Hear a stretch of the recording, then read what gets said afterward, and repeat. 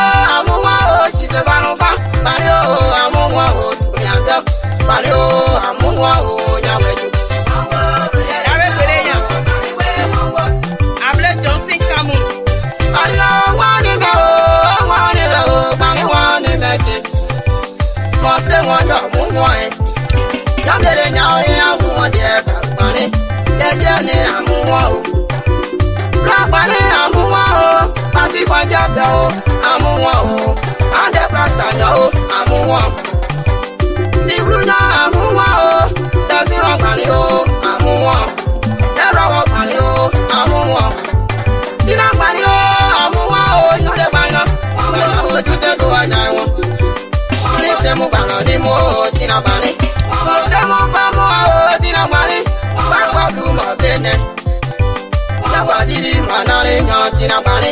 Jeje ni amuwa o no le bano. Moses Tule. Anda pape o. Kalu bani o amuwa o. Ruka o bani amuwa. Sabaka kamo we bani amuwa. Alila bani we bani amuwa o. Jeje ni o bani amuwa o. Shavina pleji we bani amuwa o. We banamuwa o, yakwandi no we banamuwa o, yeseti no o banamuwa o, jadi ateliwa banamuwa o, jadi anyo banamuwa. Susan soko babran, saso inate reki amble o, konwa awunjeri ga o, kawumani anyo anda o. Wanwo, yebo bege yo banamuwa, babege yo banamuwa o. Bani we banamuwa o saiko, jani je we banamuwa. Ayo banamuwa o, banamuwa o.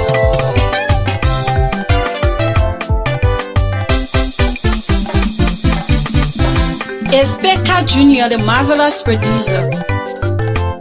I play creative money. The brother we will Ophelia Esco. I was done, and I another record. I said, get there. PMC, we don't see money. Oh, we get it.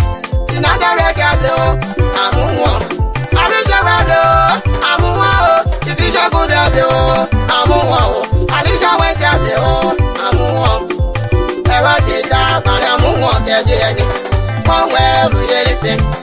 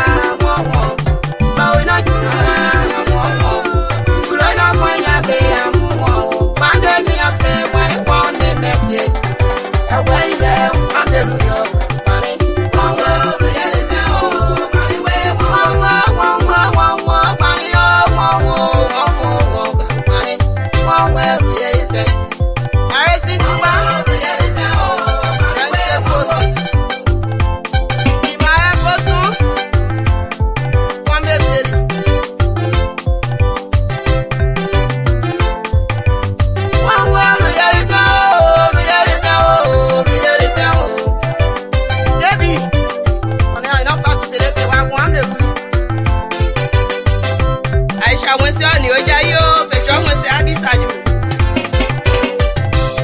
Eble ole fo yei. Ebalu ebri anko wo yo. Eble sanse shebe. E kamundo bio.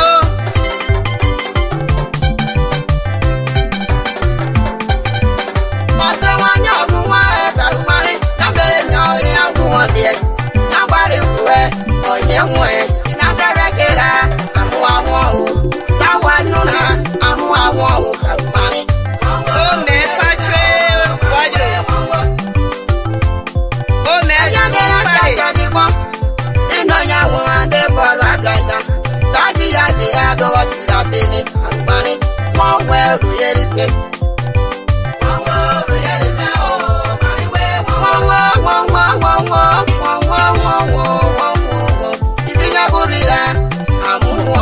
Alisha Wensi ala, amuwo. Arisha bablo, amuwo. Kediani, amuwo de ayedemu. Mose jaumu karubani, mose jasamu. Kediani, bari won yeblewe. Won we de monaba. Bari won yeni wesa o, yende funko, de yani nyabo karubani. Ani nyabo na amuwo kediani.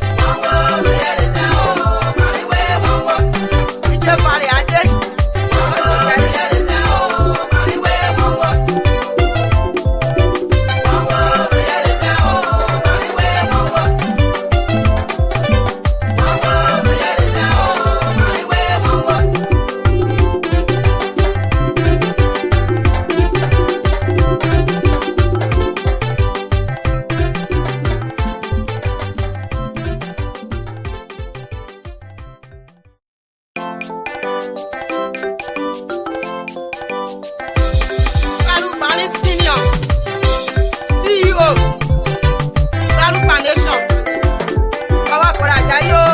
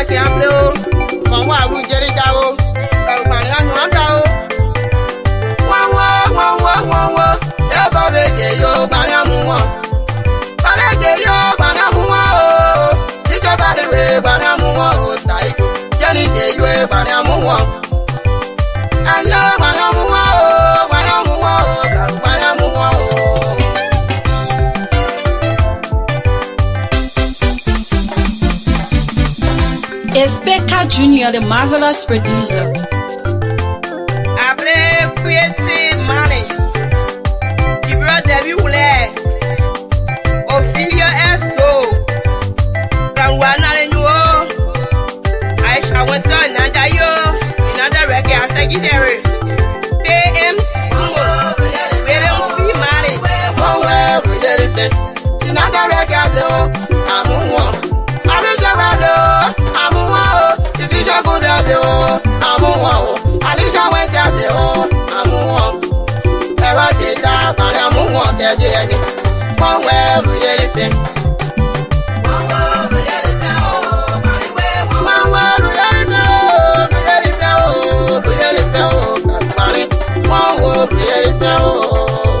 One way we let it be.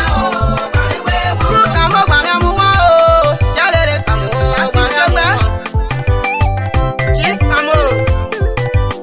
Saga, come on. Loretta Pama. Pastor Kabe. The Russell is the one. Just like in a territory. And you're there. Chris Sole Kamu. Pastor Kambleh. Me never will. I will see ya. Pastor Kambleh. Panama Tibio. And Abao. One word, one word, one word, one word, one word, one word. One word, we let it go. One word, we are gonna go. We are gonna get back. What's the one you're going? Young lady, now, I want it. I'm one day, gonna go. What's the one say, move? One word. One word, we let it go. We let it go. We let it go. One word, we let it go. Mario, I'm one. Mario, I'm one. Blow up on it. Anyway, I'm one. What's the one you're going? I'm one. I'm the brass I go. I'm one. I'm in a ponya. I'm one. I'm the componya way. I'm one. Someone funny. I'm one. Yeah, I'm one. Come on, Mario. I'm one. That's in my bunny way. I'm one.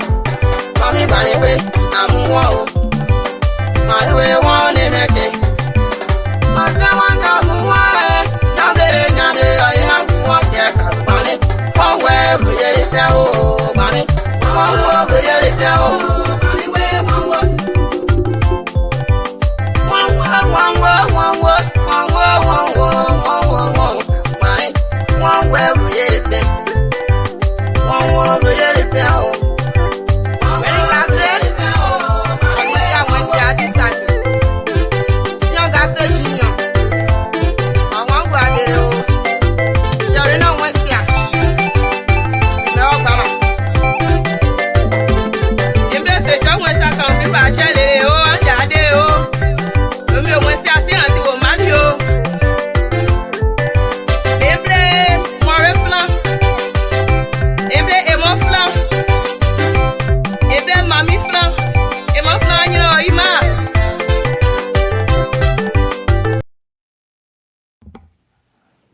All right, ladies and gentlemen, sorry, we're doing entertainment here. Our second guest is on. Unfortunately, the first guy is still struggling to get on. So what we're gonna do is let me make sure I get audio here first to make sure my audio is good. Yeah. Let me go online here. Unfortunately, the first guy is still struggling to get the audio. Now he called me back again. All right, guys, hold on a second.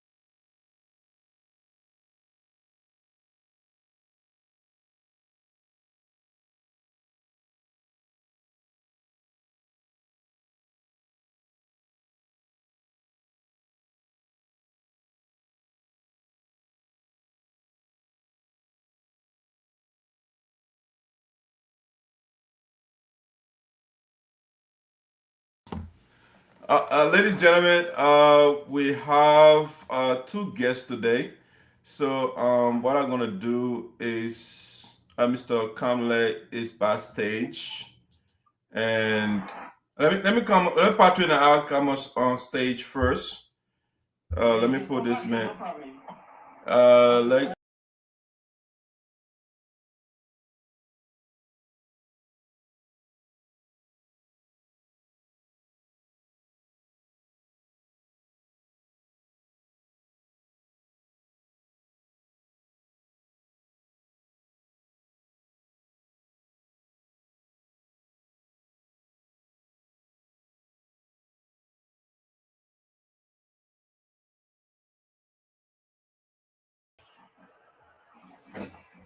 All right, let's see. Okay, my audio is on. Just try to make sure here.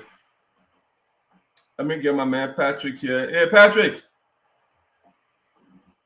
Patrick, unmute yourself. Get your audio activated. Are you on? Good. See, what's up? Good. You hearing me? I'm on. Are you hearing me? Great. I'm hearing you. Excellent. All right. Good. Hearing you. I'm hearing you. Excellent. All right. How is mine? Yeah, your audio is perfect. It's fine. It's very fine. Okay. All right. Toteh is our first guest, but unfortunately, he is struggling to kind of come in studio. So we're gonna do the audio option. He will just be on. He calling me from Messenger.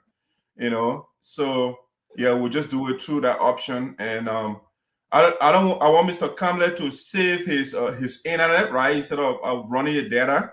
So what we're gonna do is he can just get off. Then we're ready. I was just saying a message to log on.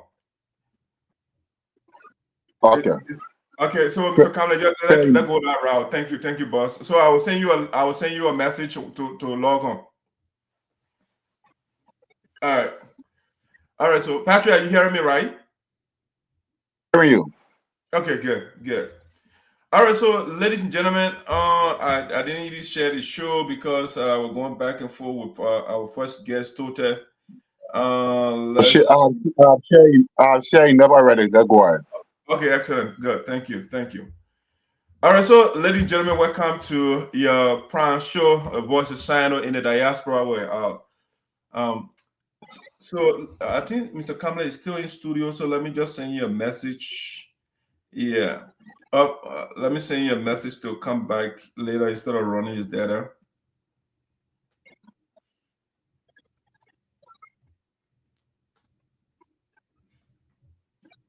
What you do, I will just bring him on and let him know so he can go come back because okay, he's off now. All right, good. All right, so ladies and gentlemen, welcome to Sinoe County Premier Platform Voices Sinoe in the Diaspora with Patrick, Shirley, and the other guys, the crew members. But Patrick, in the meantime, how is Monrovia, man? How's the city? Well, Monrovia is calm, but Monrovia is busy and politically charged as always. Barbarians are celebrating MCC Compact News. Some are celebrating and also frowning on the approval of new political seats or electoral seats. And I mean, the people are doing their thing, man. No bad day in Liberia. Every day is a good day. Okay, perfect. So let us not hold our guest too long, Basti. Let me bring the guy on, Toteh. So Toteh is our first guest on the show. So let me put this flyer up here. This young man is our special guest today. Let me put my audio up here. Hey Toteh, are you hearing me? Toteh, are you hearing me? Hello, are you hearing me? Hello, I'm hearing you. Very good. All right. Yeah, just trying to make sure that we are on the same page. All right. So Toteh is having some technical issue coming in studio, so we're gonna do it via the audio. But Toteh, welcome to Voice of Sinoe in the Diaspora. It's your first day on the show. So what I will ask you to do, you will say a word, and I'll make sure to make sure that Patrick is hearing you, and then we'll move on from there. But the first thing we want to do is we want to know who this young man is. Who is Toteh? Who, I mean, you obviously I'm not going to let the cat out of the bed. You are here as a special guest, so you will tell us the purpose for which you are here. So first of all, we want you to introduce yourself. Go ahead, the floor is yours. All right, thank you, Da. Saya boleh usutaris and Dado, Padre GMK Bodu, Sister Shelley Simmons, the co-host of the was assembly in the US. Yeah, I'm so happy to be on the show today. You know, by the way of introduction, I'm Melvin Toteh. I remain the Fraser Toteh, the political leaders of Monday to the F14. And I will contest 2029 election. All right, excellent, Toteh. Thank you. Patrick, are you hearing him? Yeah, I'm hearing you.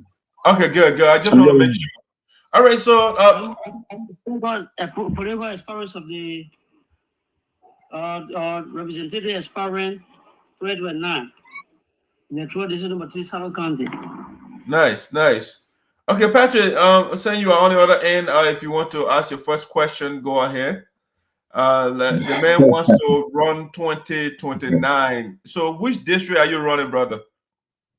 Electoral District No. Saga County. Okay, district number 3. So you want to go against the incumbent representative Alex Sonnyboy Noah. Is that correct?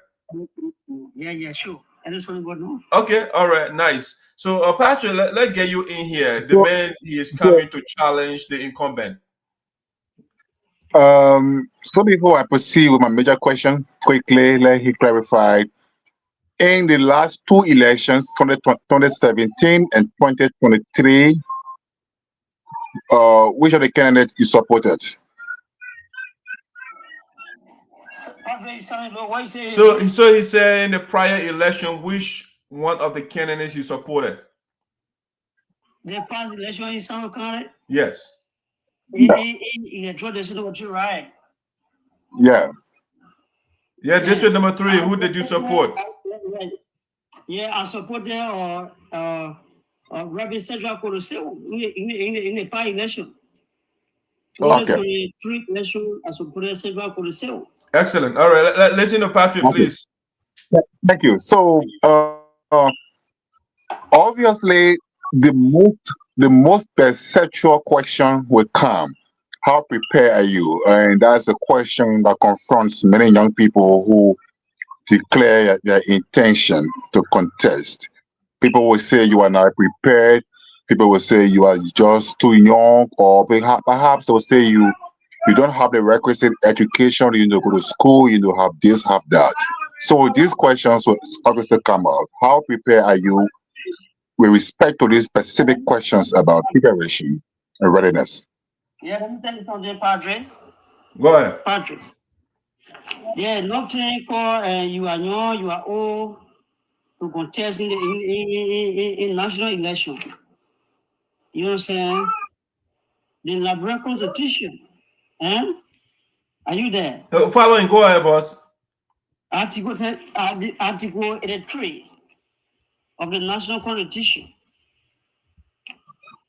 And they say when you are 25 years, you know what I'm saying? You are eligible to contest or to represent your district.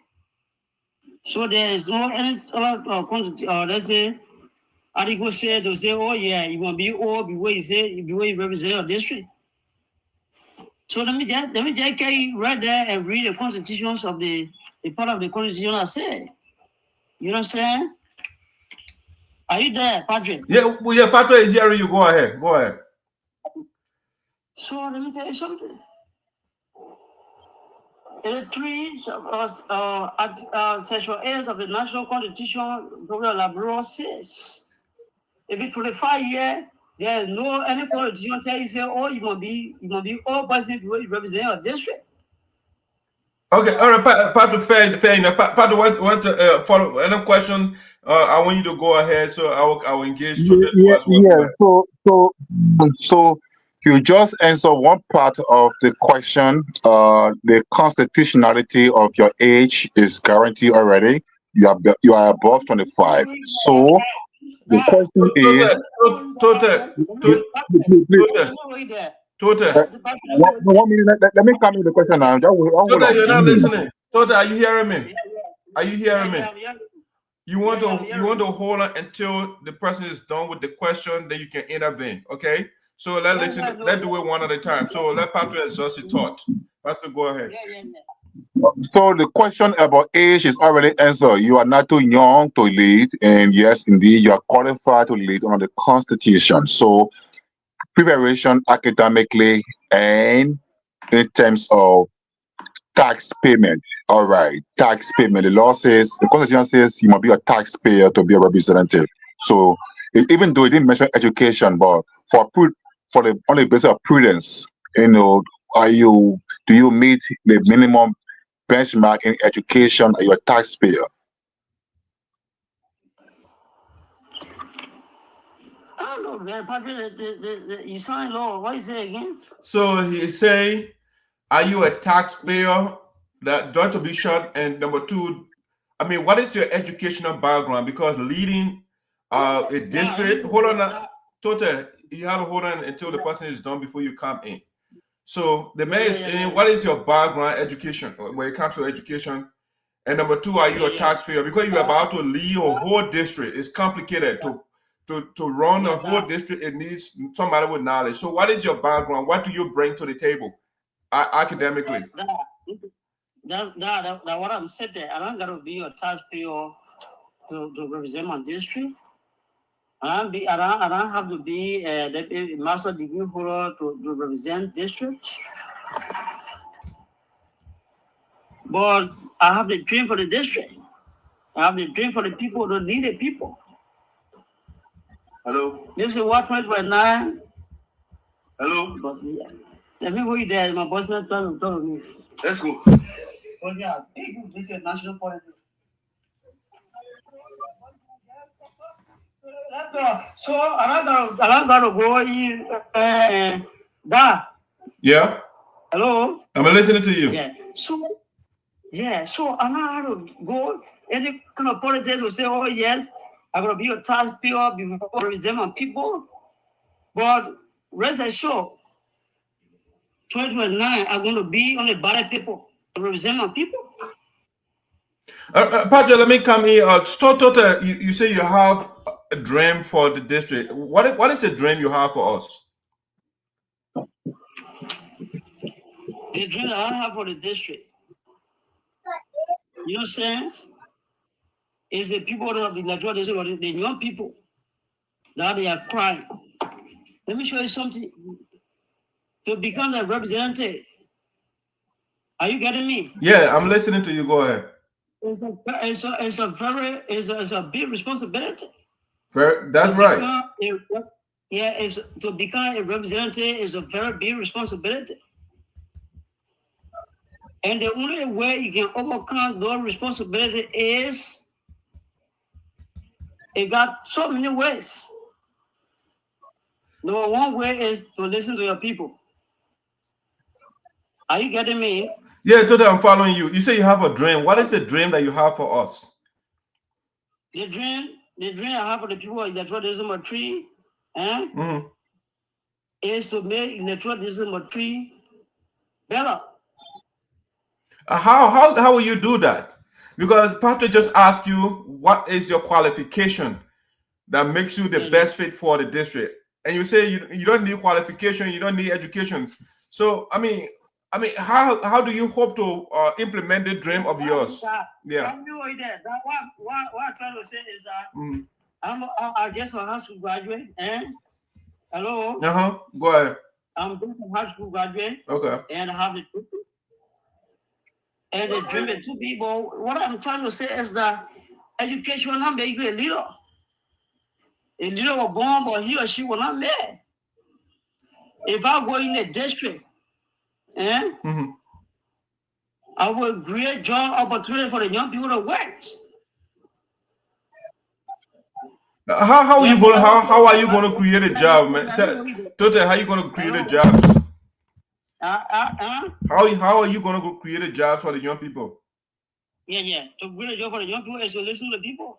Or the tradition of tree. Yeah, how? After listening to them, what specifically would you do to create the jobs for them? After you listen to them, because listening to them is one thing. How are you going to create the jobs for them after you listen to them? The job is to lobby, to go around people, big people, and say, oh yes. Maybe someone will call you and say, oh yes, this and that, or electoral district tree need help. So Toteh, what I'm hearing you saying is you're going to beg other people in order for your people to get employment. I'm not going to beg people. Listen to me on that. All right. I'm not going to beg people. What I'm saying here is to go around people. To go around people and say, oh yes, I represent the electoral district, I represent it, right? And my people need to help. Other people go to high school in Dwaso or the electoral district tree in Bedouin City for a job. They need job. Are you there? Yeah, I'm following Toteh, yeah. So we can carry joy when we are together. Okay, Toteh, you are trying to run as a representative for district number 3. And every job has responsibility. What are the responsibilities of a lawmaker? Yeah, as a responsibility as representative. Are you getting me? As a responsibility of representative. The number one responsibility is that you gotta listen to your people. Are you there? Yeah, listen to your people. It's not part of the job responsibility of a lawmaker, but go ahead. Yeah, no, as a lawmaker representing your people, you gotta listen to your people. Okay. But they tell you as a representative, you know, as a representative. Okay. So I'm talking about when you're in the house. As a lawmaker in the house, what do you do? What is your job responsibility in the house? To take your job responsibility is to advocate. What does it mean to advocate? What does it mean to advocate? To talk for your people. Okay. What is it? Okay, I see you 1 minute, please. Let's deal with the guy. The guy is driving us somewhere. So, what is the legislative term for advocacy? Advocacy? Yeah, what is it? What's the legislative term for advocacy? Yeah, it's to talk for your people. Maybe sometimes you say, oh yeah, this was my good thing going to my district. I want for you to go there. Okay, so oh yeah, I'm going there. You say, oh yeah, I will go there. Okay, so Toteh, you saying that's one thing you're going to do. The job responsibility one is advocacy. What else does a lawmaker do? Yeah. It's advocacy, and you gotta work with the other people, work with the people, work with others.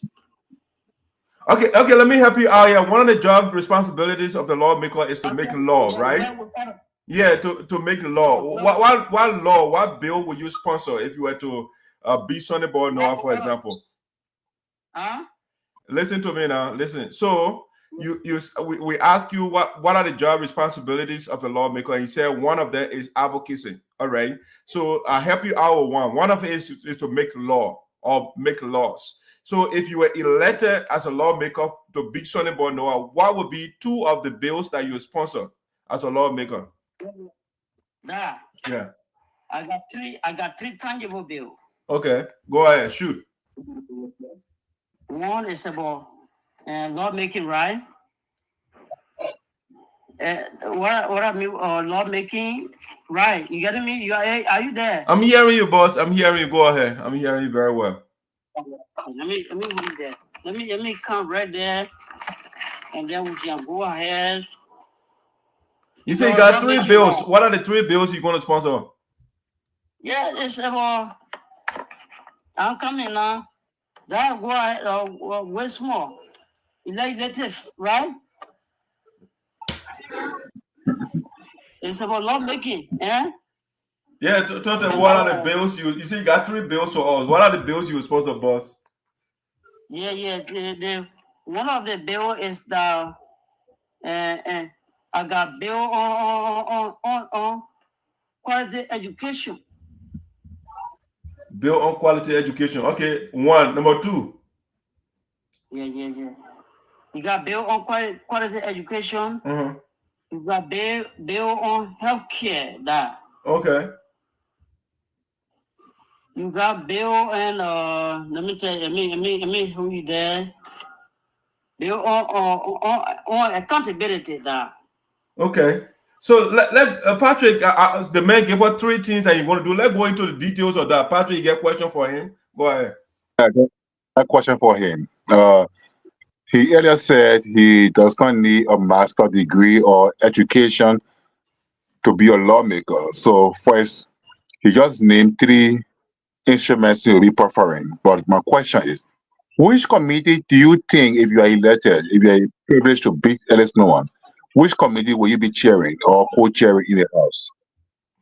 Okay, so Toteh, listen to me. He said, Yeah. you say you don't, education is not a requirement to be your lawmaker. So Patrick is asking, if you were elected, if you are lucky to be Sonnyboy Noah, which committee would you chair or co-chair, or which committee would you be qualified to work on? If I say education is not a quality what or I say that again, quality what? You said education is not a requirement to be your lawmaker. So Patrick is asking, it's not a requirement. That's the argument you made, right? So he is saying, if you get in the House, which committee would you be qualified or eligible to work on? Because you don't have any expertise in any area. So which committee would you head or co-chair? The committee is the only committee that will work on in the House of Representatives. It will see something who going to my district for the young people to work. But that is not a committee, though. That is not a committee. Yeah, to see something who going to the district for the young people to work. I'm concerned about the young people. If something who go to my district for the young people to work, that would be the good something for my district. Yeah, but are you understanding the question, Toteh? The House of Representatives, you are a member of that house, but the house is divided into committees. So he is saying, you're saying education is not a requirement to be a lawmaker. If you were elected, what committee would you be eligible or qualified to work on? What I'm trying to say is, about degree or something you is lawmaker. To say, oh, today I got BSc, I got master degree, so I feel to be representative for my district. That's what I'm saying. But constitutionally, the constitution of the gave power to aid lawmakers to create bills. Are you understand? To create bill that will help the country grow and protect the citizens. I can help protect the citizens. Here are 3 bills, and the part of the constitution that talk about it. That what you want to? I want you to do. I don't want to talk more than you. That the first bill the first bill that talk about. Let me just go to the first bill, right? We got bills on education, and the part of the constitution that talk about it. You gotta give me some more time into a small to the Liberian people, to the people of Electoral about 3,000 county. Are you there, Dad? I'm following you. You said we should listen, so I'm listening to you. Yeah, listen small, Dad. Bill on education, and the part of the constitution that talk about it. Article 25 of Section A of the Liberian Constitution. Article 25 of the Liberian Constitution, or Section A of the Liberian Constitution. This bill give free quality education for all children in Labrador, and ensure that every child can go to school free, can go to school and learn free without problem die. Then we'll go to Article 27 of the Labrador Constitution that. Go ahead, boss. I'm listening to you. Okay, go ahead. Yeah. You're the guest, so you say I shouldn't talk, so I'll listen to you. I get hour. I get 1 hour to talk, but I think I'll give you more time to go. I need more time to get on the line, right? Go ahead, boss. Go ahead. All right. So I get number 2. They want health care. Article 27 of the Labrador Constitution, Section B. This bill helps provide medical services to everyone, especially those who in the rural area die. Now, let me tell you something on education. Now, let me tell you something. Now, you America boy, no one will in Labrador, some country in the truth. This is number 3. Give me some more time to talk to the people of some country in the truth. This is number 3 because I'm the trust of the people. Not because I don't have money, not because I don't know book, but I talk to the people of Sinoe. So, if you go to Seekon VOSD, you will see education bill right now. I'm going to speak on, right? Now, are you there? I'm following you, boy. You are good. Go ahead. All right. If you go to the Seekon, VOSD, you will see teacher writing with, let's say, fire code on blackboard. If you go to Seekon Town, you will see teacher writing with fire code on blackboard. If you go to Seekon Pelican, if you go to Plundable, yeah, where you live from Plundable, you go to my own town, Jerusalem. What people say, people come to Jerusalem today, say you want to become representative. As Belenya say you want to become representative, come to Jerusalem today. I'm from you.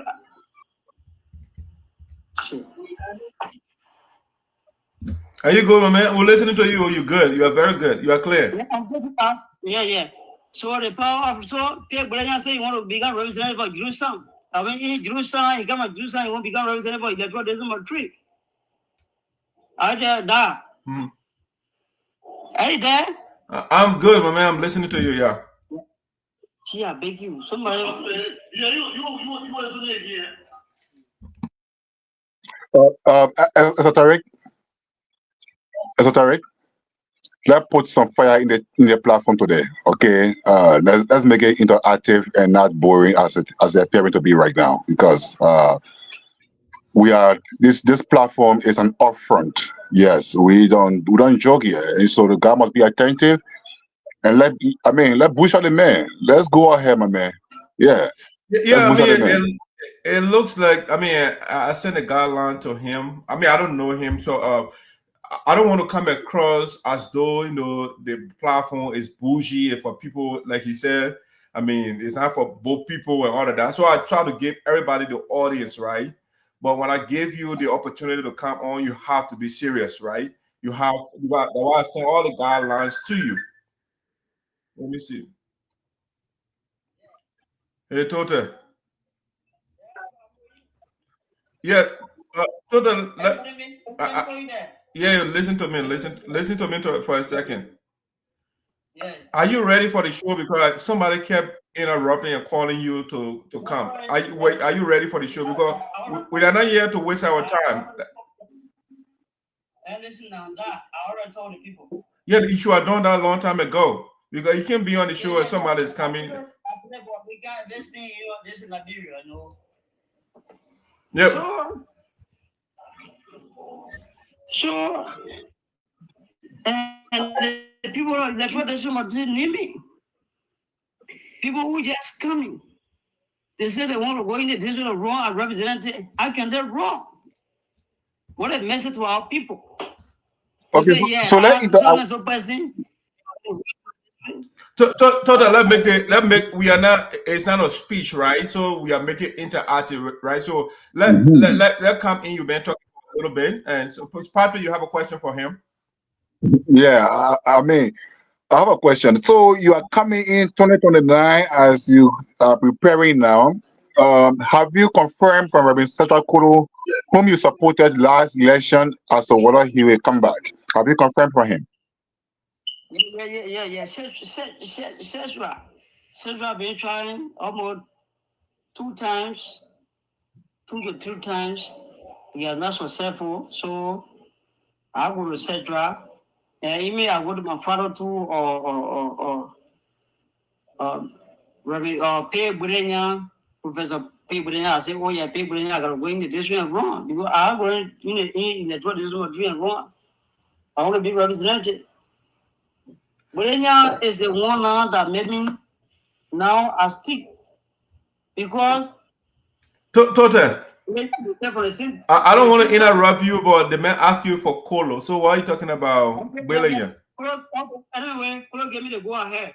Okay. Kolo gave me the go ahead to go in the district. Okay. So the district, Kolo say you're not running. The time why engage Kolo say you're not running the district. You have run 2 times. You're not successful. For this come around, he said you were going district number 11. Most of our content, you were not going district number 3 in South County. Okay. All right. Patrick, what's the next question? Okay, so my last question quickly before I turn to CEO. You are making education a priority, but you say education is not a requirement. I mean, to lead. So those who you are educating, giving free education, are you educating them to lead tomorrow? You heard him? I'm hearing, or that's how you put it. Yeah. So you heard Patrick's question? What is it? So Patrick said, you said education is not a requirement to be a lawmaker. So those people that you are planning to educate, are you educating them for them to lead, or what are you educating them for? What I'm trying to say is, let me tell you something. What I'm trying to say is, to become a lawmaker is not a degree. To become Patrick, you got another device on? What?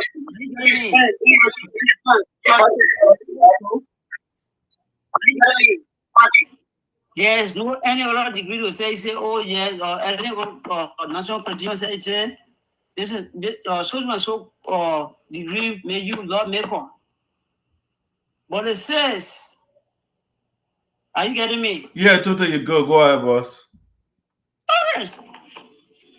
This says, every 25 years, you are eligible to become representative. There even no any constitution say you will be 40 or 45 years, 50 years before you become lawmakers to represent your district. But the constitution say 25 years. This is what let me tell you about that. Let me just who you there. Let me who you there. That Patrick and that Sherry, Sister Sherry, Sinoe. Let me go right there. And now people bring or Thomas Rubio Queer. Rubio Queer, where Rubio Queer is the what? The committee chair that are created that just the distribution. Are you getting me? Yeah. Distributions of the additional 14 counties electoral district that were created. Electoral district that were created people bringing some Romeo Queer. Well, Romeo Queer say, oh, some county get 1 seat. That what you want complete in Romeo Queer name or Romeo Queer or Young in 2005 and say, oh, I won't be representative for electoral district number 3. Now, let me tell you something. I want the history I want to give you. No, Toteh, we don't want to get historical lesson. We want to get your vision for the position that you want. So let me ask you a question here. The question I want to ask is, when you were talking earlier, you said you don't have money, right? So a running campaign, it requires a lot of money. How do you hope to run your campaign when you don't have money? God, the people got to do it for the future. You know, let me tell you something that there are money now trading up because 2023 election. Central could say won't have money in the race. If I call the budget for Central could say you say, but why could say won't go in the race? If I call the budget for the woman who's serving poor manager now, we say, but why Councilor Talema go in the race? The only person that will have money a month was Alex Sonnyboy Noah. That's the cat violent Alex Sonnyboy Noah used to become representative for the district. So we will not look at money to say, oh yeah, money will represent us. Toteh, another question for you is, again, let's go back to the argument of education, right? So you say education is not a requirement, but you want to sponsor 3 bills. How are you going to write the 3 bills when, I mean, I'm not saying you are not educated, but you need education to write a bill. So how do you write the bill? Yeah. Listen to me now. My argument to the bill. It's a bill on development planning. And that I have to use the resources wisely. So even if my level to write on the bill is, I will argue to say, oh yes, I want to choose my development in my district. I want to plan development for my people. Yeah, this choose my development. I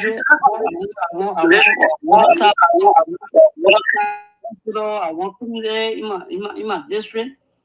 Okay, let's bring Patrick. Let's bring Patrick in. Patrick, go ahead. Yeah. So, Toteh, do you meet the residential clause to become a representative? And how do you understand that clause? What does it say to be a representative? The residential clause. What does it say? And do you think by 2029 you will have met that clause requirement? Mr. Bolu?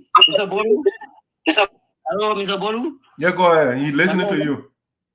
It's about your people lacking you. To become representative, it's not the workers who will go to office. Toteh. Yeah. Did you understand the question the man asked you? I don't know, because he said I know. Okay, so when you don't understand what the person said, and you say, "Oh, what did he say?" I will explain to you. So he said, Yeah, what is it, Patrick?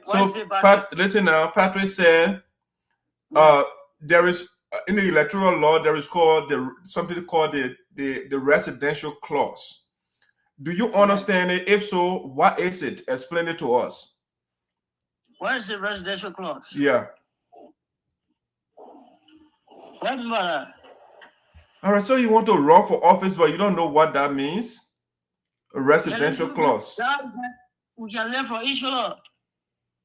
Okay, so without reading the law, right? Without reading the law, the residential clause basically means that you have to live certain area, right? So maybe Patrick can flex out the details for us, but you got to live somewhere. You got to, have some sort of stake in that area in order to run there. But let me bring Patrick in.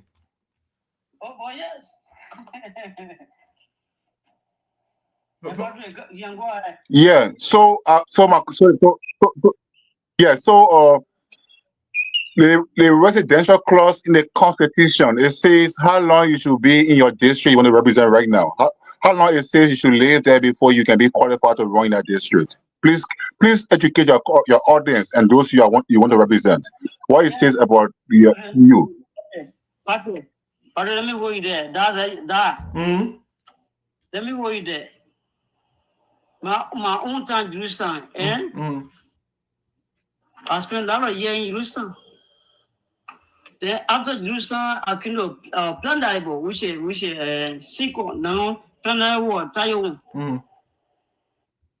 Plandarebo ENR. Or Tayo. When I change to Seekon district. When I come from Seekon district, Plandarebo, I can draw some better agree. I was in draw some better agree for over 5 years. I was in Colosseum school, Central Colosseum. I don't go to school in Central Colosseum school, but I go there as I won't go to school this year. Colosseum, go for your report card, I tell you from year admission that bring you here. So while on my way now, the school process start, and I continue with year admission. So I spent almost 5 years in Johnson Central High. So even if you leave Jerusalem, if you live from Jerusalem, you go to Plandarebo, you go up Melvin Toteh. I'll tell you seriously that this is why I'm not made no argument. Whosoever I come in the race, it can be Central, it can be or my own uncle or Pierre Boudenia will say, oh yeah, today I come in the race, I will be Central, I will be or Pierre Boudenia flat. I'll be elsewhere one who is in the race. I'll be who is the sitting lawmaker. Okay. So I thought you talk about sponsoring a bill for free education. Based on my understanding, public schools in Liberia are free. Okay. So when you say you want to sponsor a bill to make education free again, what exactly are you talking about? That what I'm talking about is, if you go to the rural area, let me tell you something that if you go to the rural area, you will cry. You will cry for our children. The reason is, if you go to DIASPORA, if you go to Seekon VOSD, are you there? That yes, I'm hearing you, boss. If you go to Seekon VOSD, people, you will ask the old boy, are the other school running? We are setting capacity. The children in the lower class, in the 6th grade, 7th, 3, 5th, and 2nd grade, they collecting money to build setting, let's say, capacity.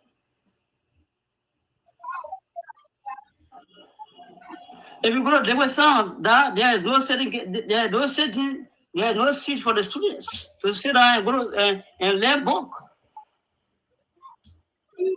That's what Melvin Toteh was saying. They say Melvin Toteh is a non-serving representative for Electoral District No 3. Yeah, but Toteh, I'm not. I mean, you're talking about saying sponsoring a bill for education to be free. It's different from buying benches. So do you have to sponsor a bill to put benches in school, for example? What maybe to sponsor a bill is, I'm getting me. What maybe to sponsor a bill is to go to the people and say today I'm bringing so and so people, they're going to build benches, or to say to go and argue. So Toteh, why you can't do it right now? Do you have to go in the House of Representatives to put benches in school? To argue. Yeah. Do you have to do you have to be law? Why you can't do it right now? Why do you have to go in the Capitol building to do that? No, Dad. Let me tell you something. Dad, if listen, Dad. Hello. Yeah. If you're not in position, everything is limited for you. Everything is small. Everything looking hard for you. If you're not in position, Dad, let me tell you something. Those that are in position, they have the capability to do whatsoever things they want to do. Sonnyboy Noah, who is representative of the Electoral District No today, may get power to say today are building or Python school. To say today are building VOSD school, the Western school, Pelican school, Jerusalem. So Toteh, before I bring Patrick on here, I think your time is running out now. Before I bring Patrick on, I have a question for you, right? So I think it's a philosopher called Thomas Aquinas. He said the past is the key to the present. Yeah, so what did you do in the past? Because I heard you say you're going to beat Sonnyboy Noah, you're going to beat the Professor Brilliant, all the people that are coming on. I mean, so what did you do? Hold on now, let me end and you can come in. So what did you do in the past that will make the people to vote for you? What have you done in district number 3 or in your town that makes that makes you qualify or more likable than the people that you are running against? Yeah, let me read that, and thank you for the questions. That I not have to do something for the people in the Electoral District number 3. But what it is true, that they need a new person that will talk for them. That let me carry to 2005 election. If I carry to history, you will say you don't want to hear about history. Or you want to know, say what is in the blah, blah, blah. But let me carry to 2005 history. That's how you put it. Hello? Yeah, I'm fine, but I'm listening to you. Yeah, 2005 elections, there were a lot of potential people in the race. 2005, that. If I need the people, you will say, well, what if people don't care about it? One of them who are having a lot of George J.D. Dowry in the race. 2005 elections. You were having A. Jealousy in the race. 2005 election that. They carried them because they carried nursing one based on traditional level. So now if I Melvin Toteh go in the race at 33 years of age, they will also look at condition and say, oh yeah, they will leave Melvin Toteh out. What small boy can do, but they will carry the people see, and because of condition. And what I did 2005, this is what we go now 20 to 18 to 20 years now. We go benefit in the district of Electoral District number 3. Are you there, Dad? Yeah, I'm listening to you, Chief. All right. 2011 again, we were having a lot of potential people against 2011 elections. Robert can't say we were in the red. Robert said we were in the red 2011 elections. We were having Victor Soloquia. Are you here with Victor Soloquia in Sinoe politics? Toteh, I want to hear about your dream. The people you're telling about, I don't know. I want to hear, you say you got a dream for my district. Why should I DIASPORA put a campaign for you right now to be my representative? I have not heard anything from you. Yeah, that's the dream that I have. Is it going to deliver the people of Electoral District number 3? I will not say I have degree that, and I got no degree. I just a high school graduate. But what on the bill, or you mean what I would do for the people of Electoral District number 3? Yeah. Is to argue on bill, is debate on bill in the House of Representatives. And say this was only going in town. Now that look at what happened in the House of Representatives. The people created, they propose let's say 14 electoral districts. Now some is not recognized. I would say Sinoe is not recognized, And some Electoral District No or District number 1 representative is the one. The committee chair. Some of them queer. So Toteh, why the 14 seats created, right? Why Sinoe was left out? Do you know? Do you know why Sinoe was left out from the 14 seats created? No, some was that and eligible to be part of the 14 seat, because according to the Labrador Constitution and the census of the let me hold that the census of the 2022 Labrador Constitution, the census. Some were eligible to be part of the 14 seat that were created. And again, Sinoe was recognized on the board. We were chairing the committee that we were chairing the committee on the board. To get a seat, right? How many persons you need to get in a county or in a district? A representative, how many persons a district or representative supposed to represent according to the law?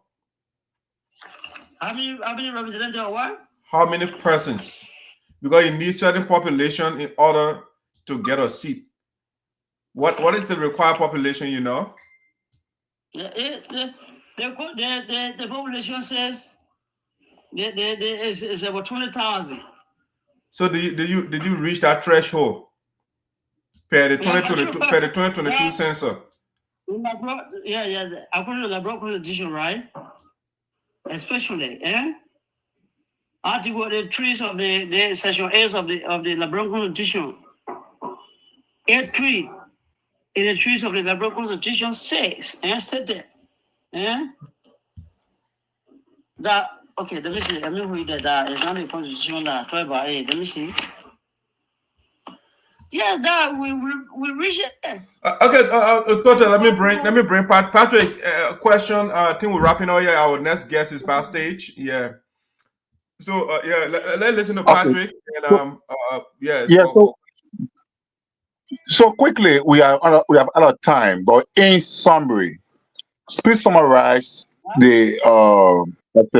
please summarize your own impression on the workings of the current district representative whom you want to represent or whom you want to replace. Please summarize your own impression on his performance. What grade can you give him in the last almost 2 years of his performance as a lawmaker in the district?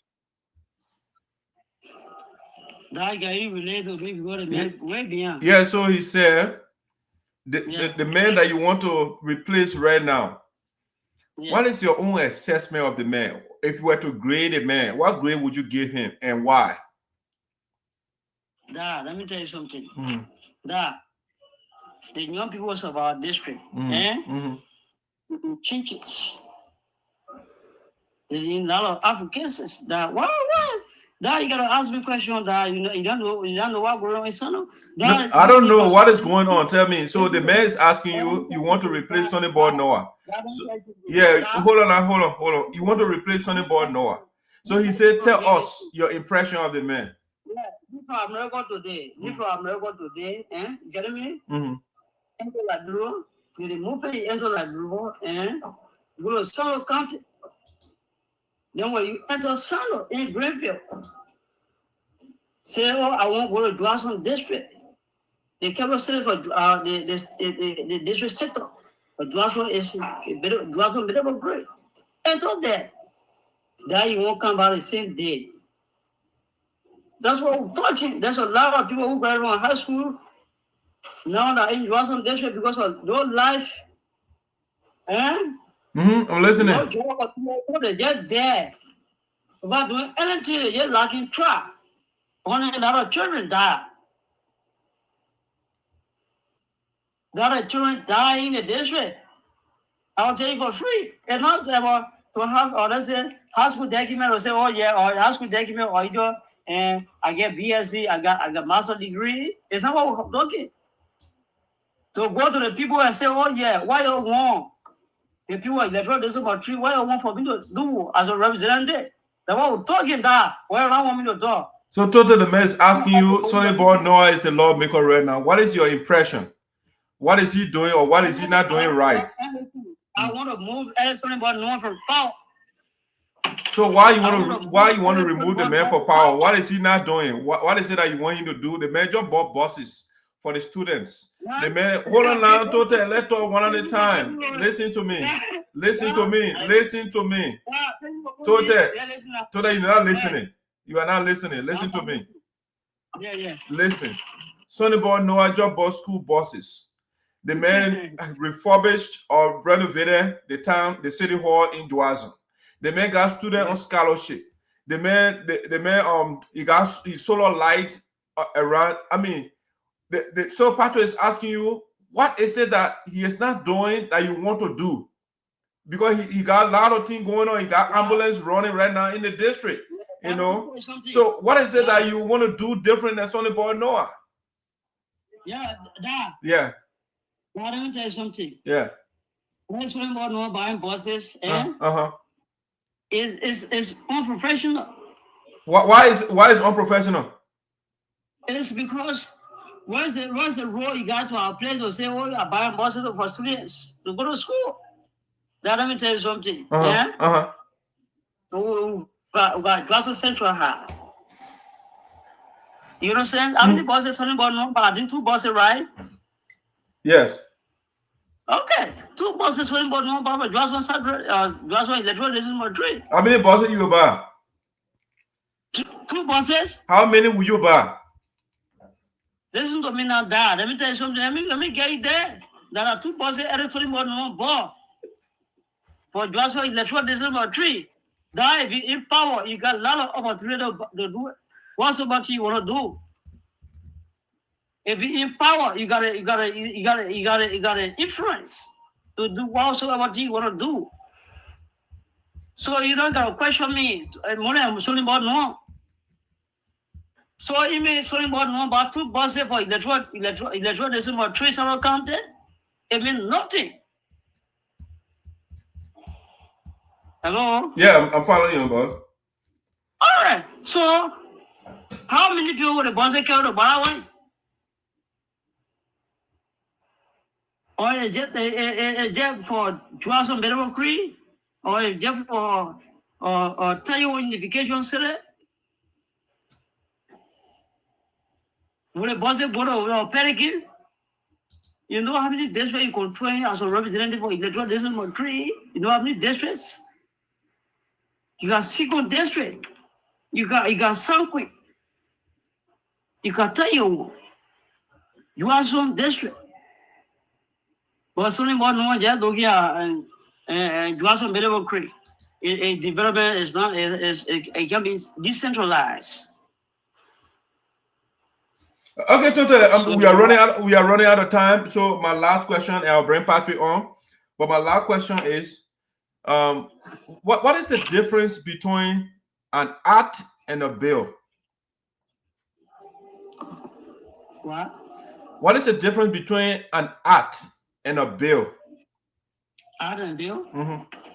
Because you want to be a lawmaker. To create act?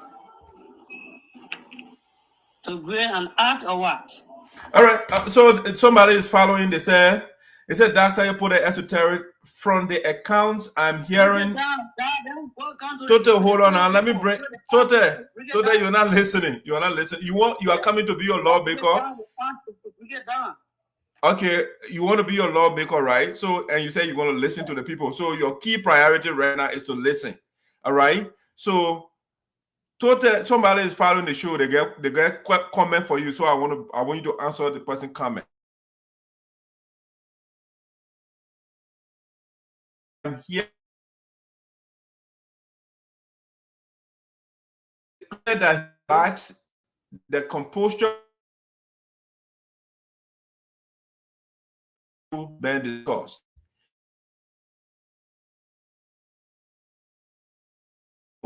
That will benefit the people of District No. 3. At his age, his level of political maturity is still far below what is required to participate effectively in national politics, especially based on the nature of his deliberations on this show. That's a strong statement against you. What is your reaction to that comment? Yeah, that is it is because it is because it is because you got even if I explain, you understand? If I explain, you gotta allow me to explain to the people to listen. But sometimes you can't allow me to listen. If you ask me a question, you say, "Oh, what will be your this and blah blah blah," as you explain first. For no understand, that's the reason they say, "Oh, there's something." Yeah, I want us to stay on topic because you go off topic, and that's why. No. You gotta allow me to explain. That's the reason. Okay, So the next person is waiting to so please answer that react to the comment, and we'll give.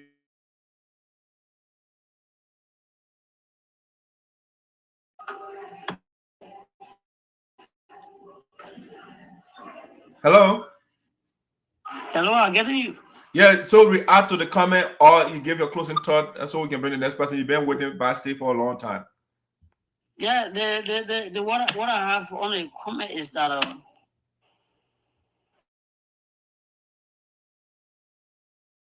this question, you know, says we got a lot of things here on this platform today, but it's because and the way the studio, someone who organized the men that organized the studio, the way you ask the questions. That's how that's the reason. We'll not be able to explain in details about what that would have begun representing. The boss will have 1 hour. We don't have the all day. We don't have all day, so I have to stick within the time frame. Yeah, so that will go to the point now. What I will cross off, that will go. Go ahead, boss. The floor is yours. So that's the reason. But what I'm just trying to for the email is. Let me tell you something. Electoral District No. 3. In Sinoe, the need is very good representation. You understand? All right, Toteh, we appreciate your time, boss, for coming on today. Anytime the platform is yours, you can send another request, and we'll be happy to have you again. But thank you so much. I really enjoyed the conversation. I wish you well, man, on your journey. It's so funny. All right, Apache. Let's try to bring Mr. Kambleh on here. So, ladies and gentlemen, that's this is the voice of Sinoe, right? We don't want to be a bougie platform where we say, we need the people that get a PhD. We want to just hear from every sector of our county. So Toteh was given the opportunity to air his view. You heard what he has to say. And so at this point, Patrick, I want you to introduce our next guest to bring you on camera here. Okay. Thank you, CEO. And so thanks to our first guest, Melvin, for showing up. We congratulate him for his appearance and his ambition. It's our hope and prayer that the people will consider him for the job or task he seeks. Now we move to our next guest, the Honorable Frank Vasco Kambleh. Vasco is a businessman, an entrepreneur, and the coordinator of the DIASPORA Association in Americas for District No. 3. He has been leading their efforts and activities in that area for some time now. Today, we bring him on to throw light on some of the activities the USA has been undertaking over the past period and what are some of the progress and challenges they have been faced with. So it's our honor to bring on Mr. Frank Vasco Kambleh. On behalf of the platform, the CEO, and our co-host, who is not here today, I want to welcome Mr. Kambleh to Voice of Sinoe in the Diaspora. Mr. Kambleh. Yes, sir. How you doing? Welcome to the show. Thank you, Dak. Thank you very much. Okay, is there a way you can be steady? Set your device down to be steady. That would be great. Okay. He's on. All right, just see what I can pull in the middle. Okay, good. All right, Mr. Kambleh, nice seeing you. Looking good. Wearing all that Louis Vuitton shirt, man, you get money. We'll ask you plenty of questions today. Maybe our project money. Maybe you went into the share. I just kidding. Well, how are you, man? Welcome to the show. Thank you. I want to say thank you for bringing me on board the show. All right, so let's get to know who is Frank Vasco Kambleh. Who is he? Okay, thank you, Doc. My name is Vasco Frank Kambleh. I am the CEO of the Powder Group of Business in Liberia. But mainly I came on this show to explain about my terms of references when it comes to the USAA home-based team in Liberia. Okay, all right. USA the project. So Patrick, usually I like to inaugurate a conversation. So shoot.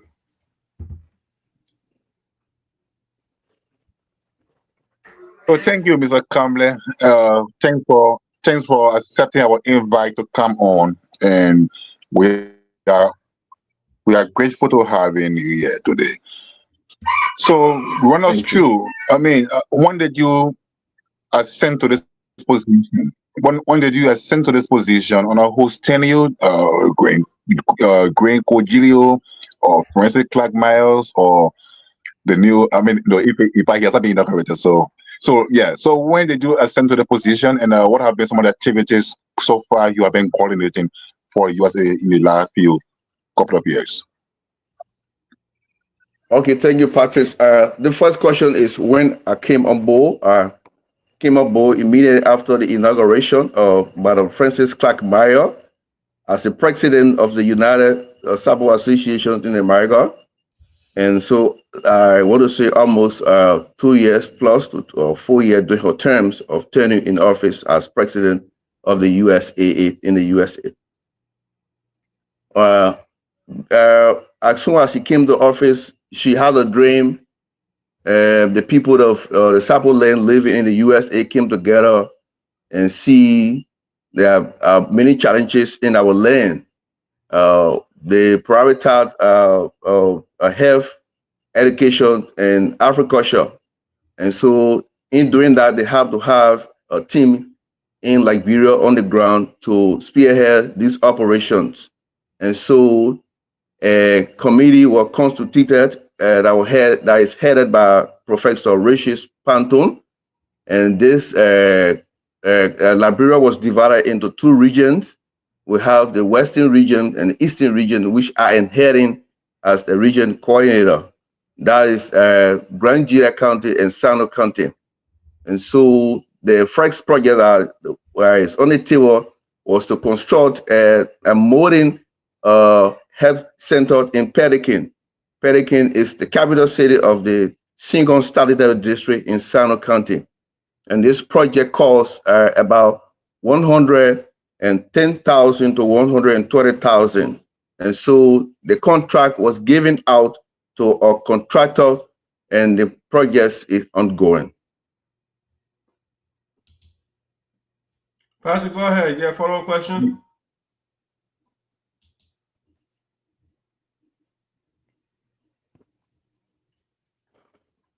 Patrick, are you there? Patrick, are you there?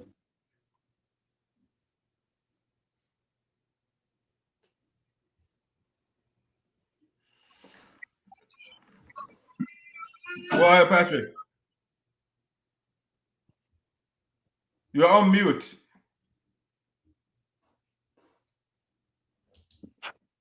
Patrick, you gotta unmute yourself, boss. Yeah, is it okay? Okay, Yeah, sorry. you're good now. Yeah, Good now. sorry. That was a yeah. I mean, that was a summary. I mean, that was a brilliant, brilliantly summarized, the intro of your activities there and everything else. So today, since the discussion focuses on the Pelican project, then let's stick to it for some time now. So you are the coordinator there, and people listening to you from the U.S., Liberia, and all over the world, tell us the overall status of the project. Where is it? Is it progressive, or is it progressing? Is it stagnant, or is it in field status? Okay, thank you, Patrice. Before I go to the present status of the project, I will first of all like the public, the viewers, all of my viewers to know that Liberia is headed by Professor Panton, who is the country director, and the country director have two regions, as I said, the Western region and the Eastern region, which are head, and the project was given out. It was on a bid, and they asked contractors around Liberia to comply. To apply, and this contract was won by a group called God's Willing Contractor Construction Company in Liberia. And so, as I speak now, this contract is not working because those guys, they are not to be seen around the Sinoe belt in Pekin.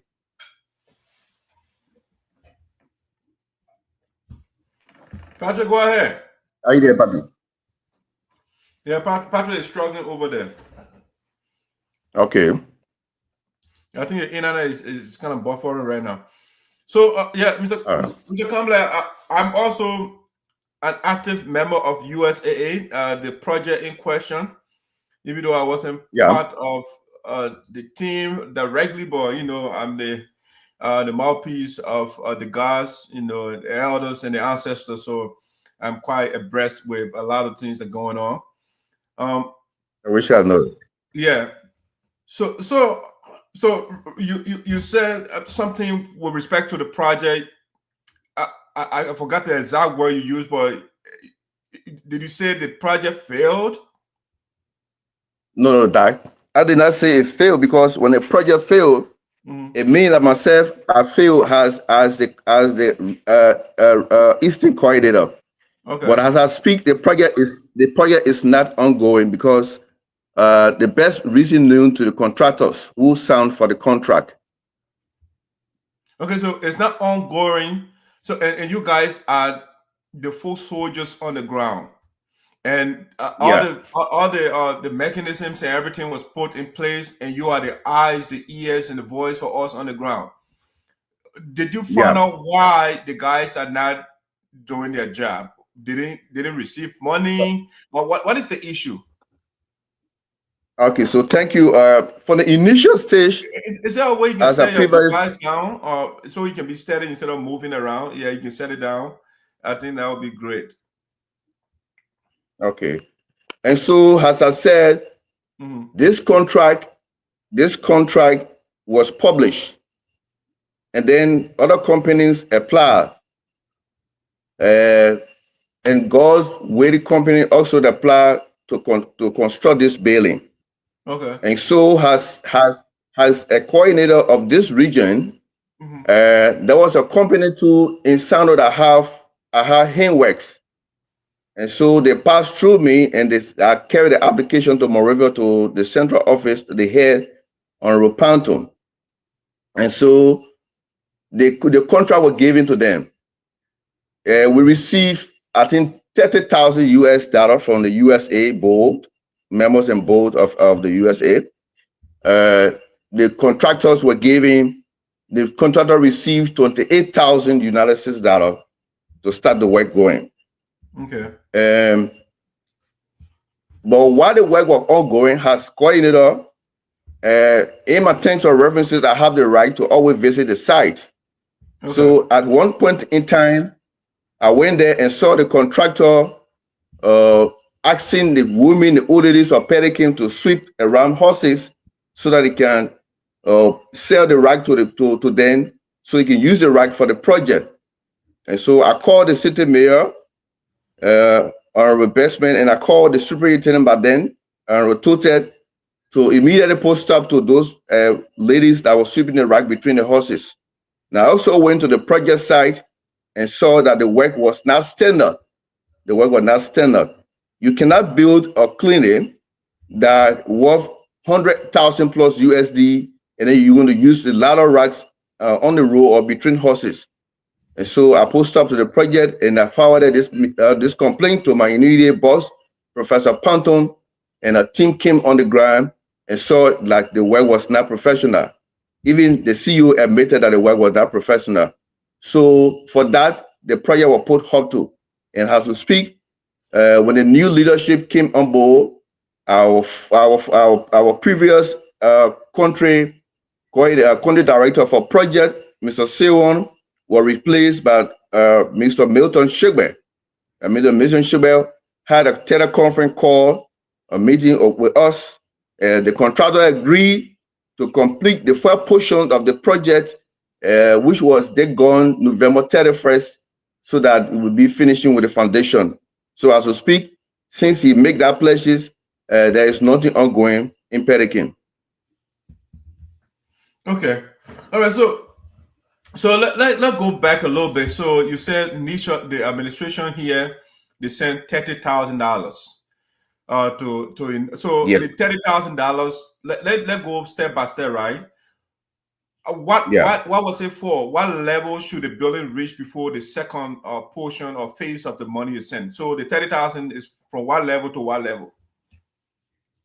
The 30,000 initially with 2,000 were used for bringing superintendent, commissioners, chiefs, and traditional people to the groundbreaking, and it was used. So 28,000 was turned over as a check to the contractors to complete the bidding to the foundation level. So there were 3 stages. As they complete the first stage, we move to the second stage before payment. Okay, and I heard you said you post stop to the project, right? That's what you said? No, I did not post stop to the project. I said the contractors were doing a standard work, and so for that, I stopped them not to continue that work. And then I immediately called my boss from Monrovia and tell him, and he sent a team to verify. So Sarah Allen is the supervisor for the project. She went there with a journalist, and they also justified and also confirmed that project was not standard. The contractors were not doing a standard work. Therefore, as we speak, the project is not ongoing. Okay, so Mr. Ross, or Kambleh, as you say, you said so the $28,000. What becomes of the $28,000?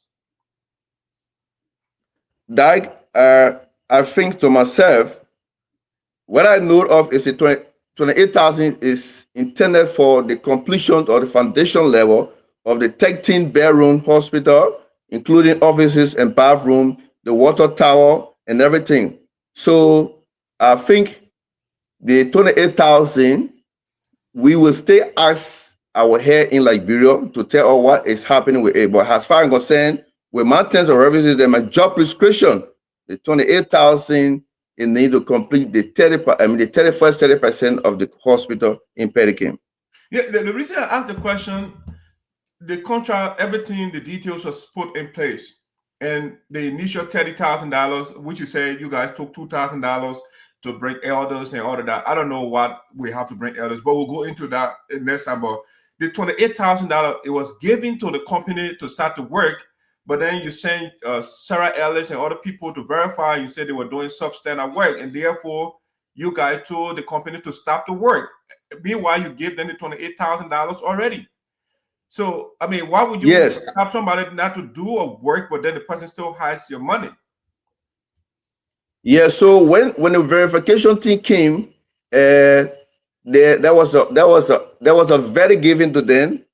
We compromised and they improved the work. The work was, I think the engineer was replaced, and then the new engineer was doing the standard work, and so there was agreement that by this November 30th they're going to complete the foundation. So, but as you speak right now, they are working on the project. That N-O, capital N, capital O, no. Yeah, but I'm a little confused because you said they improved the work, right? So when they improve the work, then why? Because we are in December now. It should have, you said November, 13? It should have been over? 30. Okay, 30. And now we are, today's December 11. But then you said they improve. So why weren't they doing the improvement on the building though, or on the foundation? The block that was fabricated was condemned. And then they more new blocks. So the blocks are there. and I think the engineer was changed, but they have on several occasions have promised to continue the work, and they have not gone there since then. Even the conference, I have the recording of the last conference we have. He promised to complete the first phase of the project on the 3rd of November. So based on the details of the contract, though, if the company does not do certain things, what is your responsibility? What is your role as the team on the ground? What should you do legally? I think there are other questions I need to answer at my level, but I think the Constitution of Liberia, and I have been in a construction field in Liberia. If you break the contract, the owner of the contract have the right to take you to the law, and then terminate your contract and turn the contract over to another contractors for continuation. So that was the mandate that President Myers' administration gave you guys? No, I didn't say so. That I also want you to remember that I serve on Panton, and Panton is the head of Liberia. So I have the range of my terms of references as a regional coordinator. Okay, so what in terms of taking action is not within your scope? In other words, that's what you're saying. That's what I'm saying. Okay, thank you, sir. All right. So Shirley, welcome aboard. Yeah, we'll talk behind the scene later, but do you have question for our guests?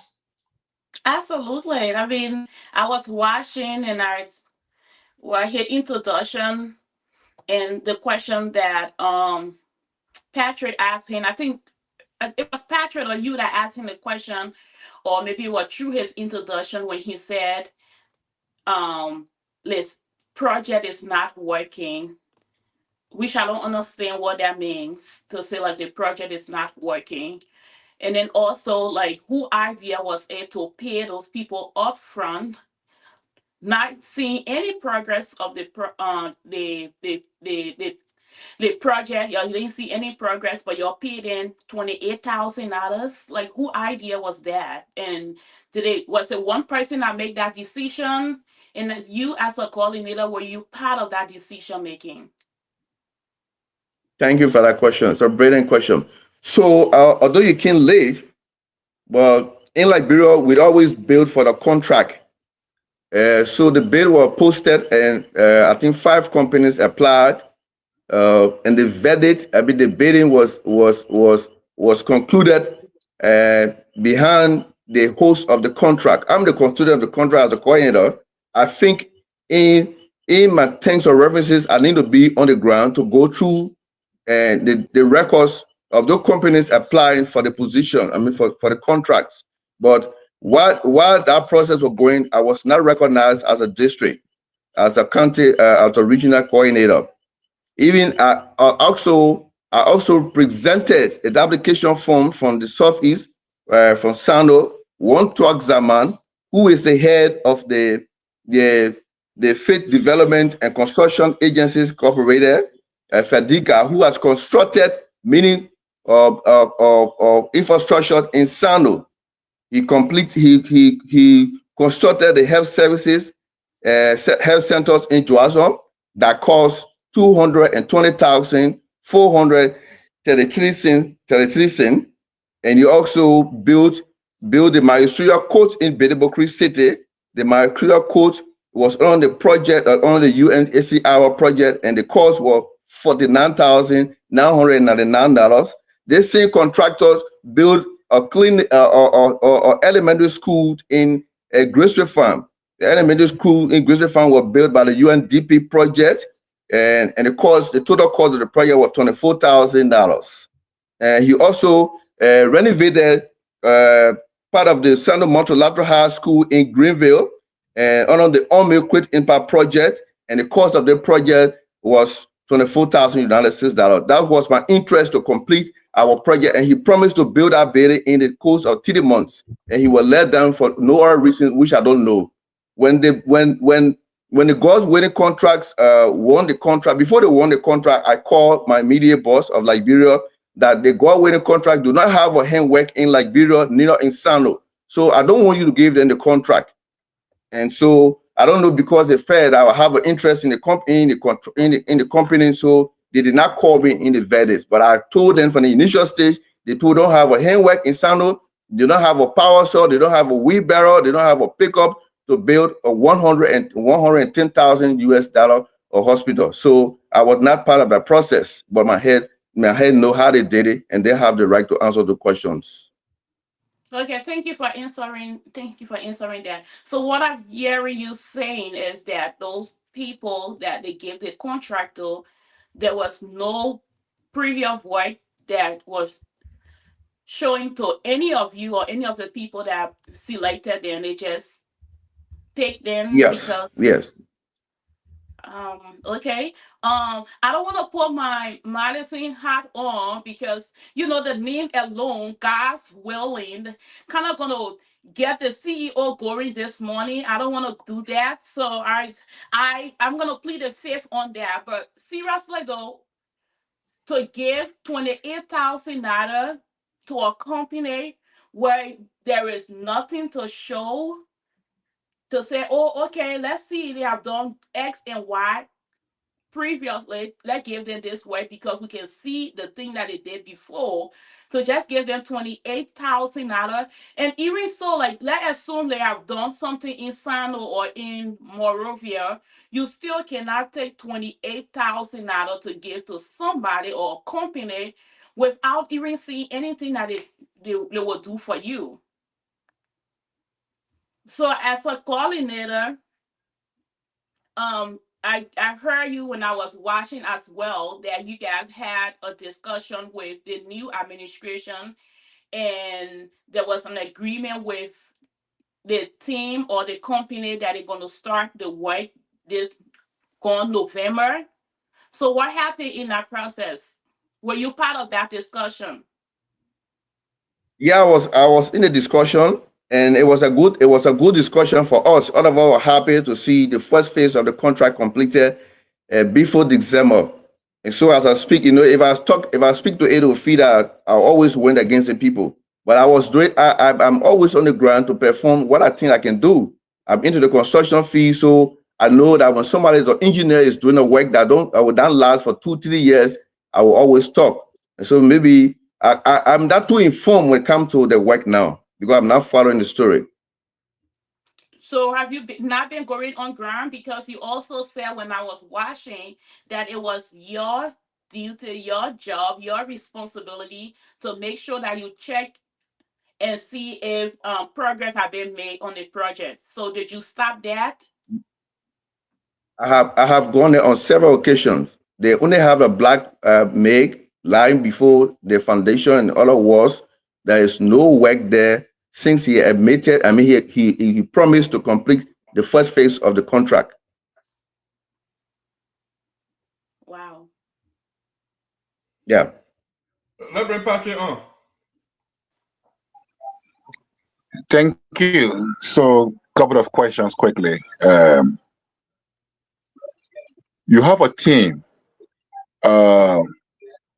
You and Sarah are on the ground. You are a coordinator. Prof. Panton is in Monrovia. Bill is in Monrovia, and other members of the team of the home country of the home base team. Other members are in Monrovia. If there was a selection of a company or a project in Sinoe to be done, you on the ground supposed to have had sufficient stake in the say also which company could could be better for that project. Looking at Seekon being a highly inaccessible district, your advice was necessary. Now, you went for groundbreaking, you had to receive the money, you did everything. What did you tell the team in Monrovia as the coordinator? Who says as their eyes, they are monitoring, they are monitoring on the ground. What did you tell them regarding, the execution of the project? So thank you, Patrice. From the initial stage, I always told you that there was no hope in the company to build us building. And As such, I was doing my duty because I was asked to do that duty. So I performed my work. I think that I could perform at my level. But Patrick, where in Liberia you think somebody will be bathed in a hospital, not even a pit latrine or institutional latrine, and they don't have a pickup? They don't have a pickup. They use motorbike to transport sand from the site. I mean, from the same side to the building. Where in Liberia you see that happening? So for me, if you call the superintendent, but then the superintendent Toteh, he will tell you that I told him I don't have interest in that group. If you call the city mayor or Pelican, I told him I don't have interest. If you call the youth chairman, on several occasions, the youth chairman have visited the site and condemned the work. And so other people look at me because I'm into construction. Maybe they thought I want to do the contract myself. How can I do a contract for myself? You understand, Patrick? So there are questions that I need to answer at my level, as I said. Patrick.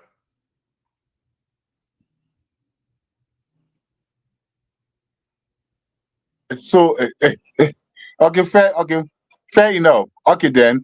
So you have excuses. You are also you're not an engineer, but you also have a construction company that has done some marvelous jobs in Johnson and other parts of Sinoe. I mean, we can see your hand all over the place with your construction company, doing projects even for the Siwakajwa group and other institutions. So, yeah, what is it? Why your team members or the USAA did not have any trust in you? Was it an avoidance of conflict of interest since you are a coordinator?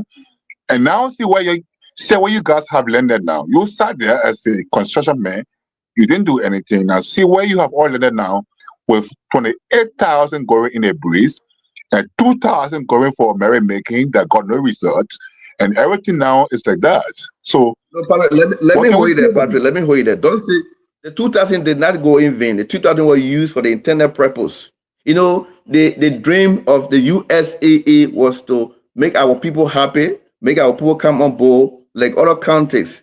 In the history of Sinoe, no institution, no self-institution or CBO have ever constructed a clinic or hospital that cost more than 30,000. And so that was a historical event in our land. That's what brought about bringing these people, to the groundbreaking ceremony. So it was not just a merrymaking. Yeah, before you come in, I know, obviously it was not just for merrymaking, but I know, it was just to bring people together, I know. But the question is, your company, Paradise Group of Company, has been doing construction. And I'll just reference the Wakajo and other institutions you've been implementing for. You were there. What history do you have that maybe, what can you say about yourself or your institution that the USAA, now your team members in Liberia, could repose that confidence in you to say, okay, Vasco, you are really here. You get company already. Then we're doing your clinic and we know that you did some project for Siwakajwa that was successful. We think you can do the project small for us too. Why did they not choose you? Or why did they not present yourself to as somebody who could do the work for the USAA, but rather give it to somebody who got no history of doing projects well, or even got a project abandoned? So that Patrick, that's question also for me to ask my boss in Monrovia, because they before the contract was sent, before the contract was published, they asked other institutions to do the blueprint, and there's a guy who also did some contract with Siwakajwa successfully. He did a blueprint for us, and he applied. And if you go down to the ballot and constitution, the aim of the USAA is to promote the Sapo people, to promote the Crown people, to promote the people in Sinoe, the Crew people, not to take people from foreign places. You understand? If you look at the officials of those complaints that I applied, that were rejected because of the inches there of Sinoe. They are the sons and daughters of Sinoe County. So that question is my own question to those who selected those guys. Question. My last question, CEO. Yeah, go ahead. That's fine. Yeah, go ahead. Yeah. I mean, I have known you to be a very sincere, hardworking, and honest man. You're my uncle, in fact, and but I'm not saying it because you're my uncle. But you have worked very hard, and you have become one of the successful men in Sinoe.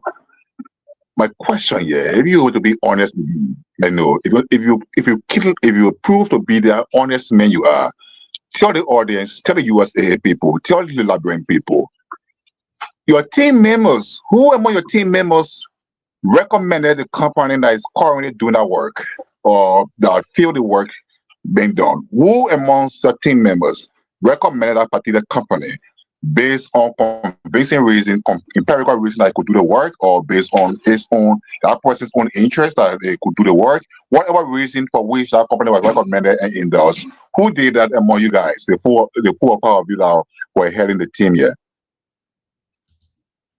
So Patrick's Liberia is headed by Professor Pantone, is the country director. Vasco Kambleh is the Eastern Region Coordinator. Bill Pine is the Western Region Coordinator. Wakoko is for education. Anthony Kuya for education in the Eastern. Cyril Allen is for supervising the project in Sinoe. Cyril Allen report to me. So to conclude with your question, the company was selected by the team in Montserrat County, which is headed by Professor Pantone, leaving out the Eastern Region, who are the custodian of this project. All right, Mr. Kambleh, thank you so much. I follow you and Patrick and Shirley in action. But you sent me some pictures, so I'll put the pictures on the screen and maybe you can explain them to us. And I'll have some questions to ask. So I seen God Willing Incorporated. Is that is that a company, building company for you, or for who is it for? So the God Willing company, that's the company that is building the project in Pedigan and that will be seen around here. So that gas station is for the company around the Johnsonville belt. You can see the name that God's Willing. So I've sent this photo to you because Liberia is a country of Lord. It's a country of Lord. If these guys are not coming to do the contract, we have the code here. We have the code to bring them to the law. Terminate the contract, and the construction rule of Liberia says if 10 persons apply for the contract, the second person take the bids. Automatically, this. Yeah, he's glitching up now. Yeah, hopefully you'll come back. Let's see. You're gonna come back if you is not active right now. Yes. Shirley, how Minnesota? You're on mute. Minnesota is good. We are cleaning the snow from the floor. The snow here day before yesterday and up to yesterday. So getting out of our driveway been hard, but especially when you don't have anyone to help you clean your snow and you have to do it yourself. Oh, so you don't have somebody to help you? Yeah. I wish Patrick or there or over there could you call will help you out. Yes, yeah. I really miss you, man, especially when it starts snowing, Yeah, it's sad. It's sad to be single lingo, but I'm not going there. That part, absolutely. Especially when you are in Minnesota and you are single, those two doesn't go together at all. Okay. Yeah. So to our viewers, some of the ladies there, they can't tell you straight directly, and say, put in your application. But that's an indirect application, No, I'm not accepting application. I am reviewing so many applications. I don't have time to accept application. Okay, all right. Let bring our guest back on. Okay, all right. Anyway, later on we'll talk about that. Yeah, Mr. Kambleh, welcome back. So we're just going through this image. There's one of the images you sent me as well. What's the building for? This building was constructed by the Parida Group of company in Liberia that I'm heading as CEO of Liberia. It was built in 3 months. So it was even built on the pre-finance process where no company received money from the institution that gave us the contract. We build the building, and then at 30% completion, they pay us back. Okay, so all these buildings, they were constructed by the company you are affiliated with. This building was also there. This is the building I'm talking about. It was built by the FIDAC, the company I'm telling you about that promised to build our Pelican clinic in 3 months. And the total cost of the building is 220,000 plus. Okay, so Mr. Kambleh, though, so I know there are a lot of politics in it, but you are in direct contact with President Myers. So at the time, and I was very close. I'm still close to the president, and she confided in you a lot. Were you able to divulge some of the information to her? Because what I'm hearing right now is like commentary after the match. Like something went wrong, and you are trying to exonerate yourself. Did you confide in the president at the time? No, Doug. And no exoneration in this stuff. From the initial stage, from the day I heard that Gos wouldn't got the contract, I went to Charleston. I heard that God willing was but then call Gos, I know Gos something. I went to Charleston. There's a bridge before somewhere what they call Godwistown on the Vubadi Highway. Mm-hmm. This particular company failed that bridge, and the contract was terminated and was turned over to another contractor for completion. So I told Myers, I told my boss Panton that the company is not standard. There are people that can do the work. If you're leaving me out, there are people that can do the work. So she is informed 100%. Mr. Sewa is informed. Mr. Sewa was responsible for the project in Africa, in Liberia. They was informed on a daily basis. And the records are there. I have the records. Pictorial evidence are there. I can send it to you. So for the record, when you told President Myers these things, right? What was her reaction? What did she tell you? So as I always told you, Dai, that we have a working chain in our working relationship in Liberia. I report to Mr. Panton. Panton report to the Envoy of Africa. The Envoy of Africa report to the president, and the president reports to the board of directors of the USAA in the USA. So we have a working chain. So no one does his friend job. All right. So right now, though, a leader is the one who takes responsibility for stuff on his or her watch, right? So yeah, the project, you are one of the leaders for the project in question right now. If you were to take responsibility, I'm one of the leaders. I'm still one of the leaders. Okay, you're one of the leaders. So if you were to take any responsibility or any fault for, you say you don't want to use the word of failure, but the non-movement or the non-progression or the non-development of the project, what blame would you put on yourself? What blame would you take? That if they agree me, they will grade me 100.5, because the youth of Pelican will grade me, the youth leader will grade me, the city mayor will grade me, the superintendent of the district will grade me, and even the elders of the town will grade me. That I would not sit back and see the pool of building a clinic that will last for 3 months. So I grade myself at 100.5. Even though our foundation did not reach where it's supposed to reach, and the project is on your watch? It's not on my watch 100%. I had my work to be done, and which I are always doing. So if you were to give a percentage of your responsibility that you place on yourself, what would that be? 5, 10, 20, 15, 40?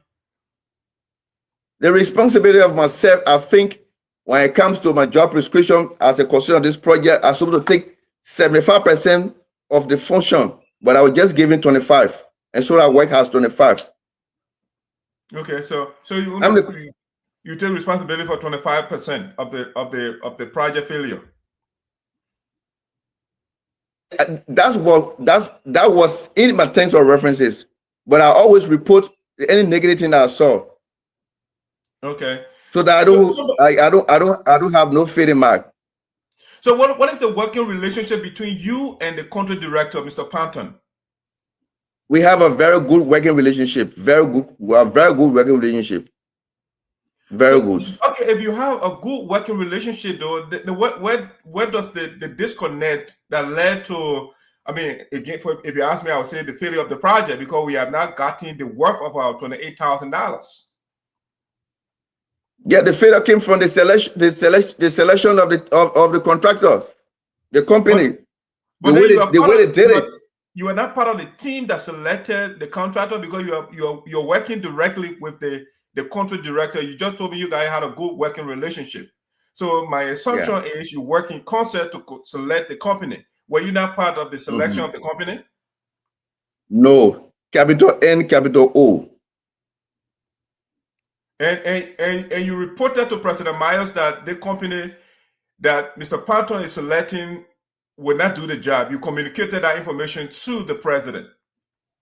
I communicated this communication to the country director, and the country director sent it to Mr. Seekon, who is responsible for contracts in Africa and Liberia, and he sent this report to Myers, and Myers sent it to the board of directors. All right. So this is interesting. So, well, you sent some videos too, though. What are those videos for?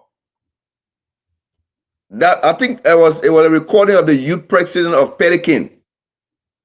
Okay, let me share that video. Let me share one of the videos with the audience. Let's see here. Let me see what I can get to that. Where's my share button here? All right, share screen. We select this.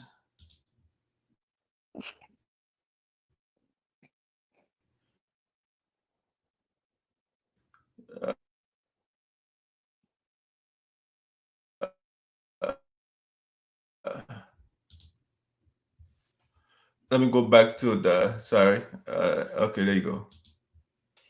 They're far better than this company that take the particular project now. Because what I look in the past, when the people come with the first company that came here that time, you have one people that used to care. Okay. From Zwedru, bringing it to Mouth for the 8 Junction, then they have another paper that used to haul it from Mouth for the 8 Junction to put it in here. In so doing, we ourselves we used to be happy, and so when they come in with their car, sometimes people can leave in the town to go meet the car on the highway because we know that we have some bridges problem. And so they said they were helping us in the process. When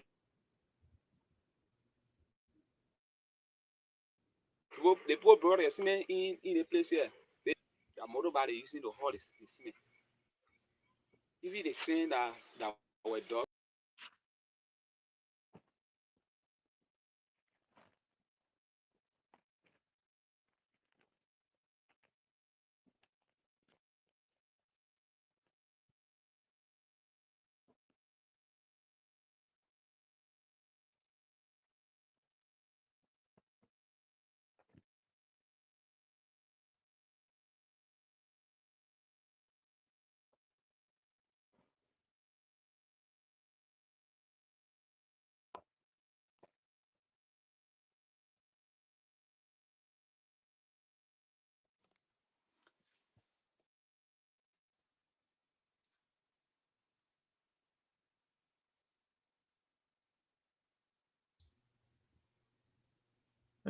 Patrick.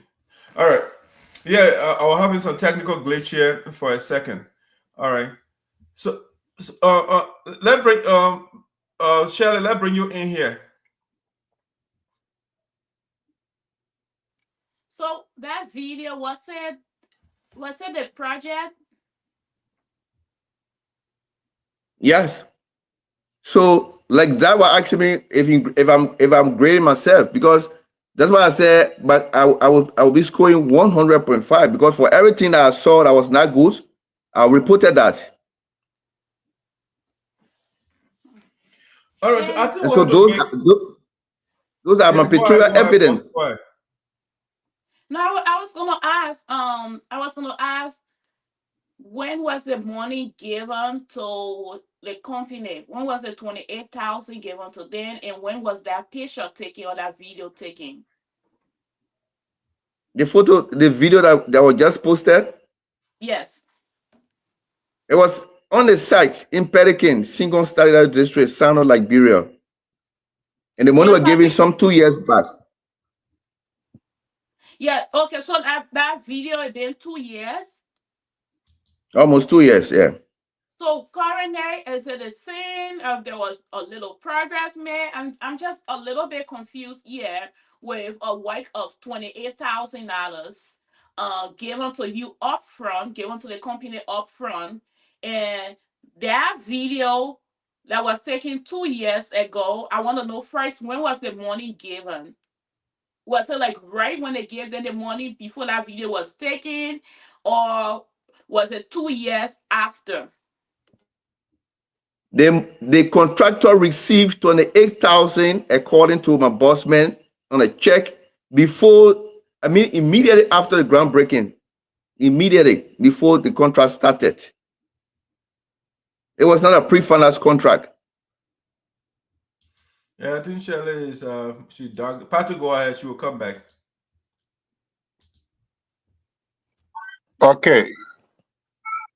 All right. So the damage has been caused now, and we know where the fault may have come from. But the question is that $28,000 as per the contract terms, what it could have achieved, what it was supposed to achieve as part of their whole project, which aspect of that project it was going to execute to full completion. Foundation. The total foundation completion. Okay, just foundation. Yeah. Okay. And then I after spoke the with a couple of completion. Yeah, go ahead. Yeah. So my own investigation revealed that I spoke with the city mayor, I spoke with the youth president, I spoke with in fact one of the supervisors there where I was working with the guys. I spoke with a couple of people right there. And one thing they said, all of them, one thing they said, they expressed frustration about the delay of the project. But one thing they said, the foundation that was being laid was not standard, was a substandard foundation. In fact, the standard for foundation break should be about 25 from one bag of cement or 23 from one bag of cement. Yeah, the Yeah, standard. 20 plus the local standard. Yeah. Okay. So 20 to 23 blocks from one bag of cement for foundation block. That's the standard. In Pelican, the guys were taking up to 34. They were taking up to 34 blocks from one bag of cement for the foundation. Patrick, let me And hold you so there. Let that me provide information. Yeah. Patrick. Are you there?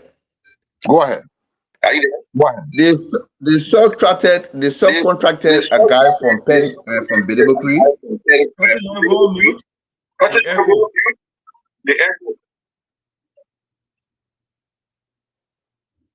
Are you there? Yeah, go ahead.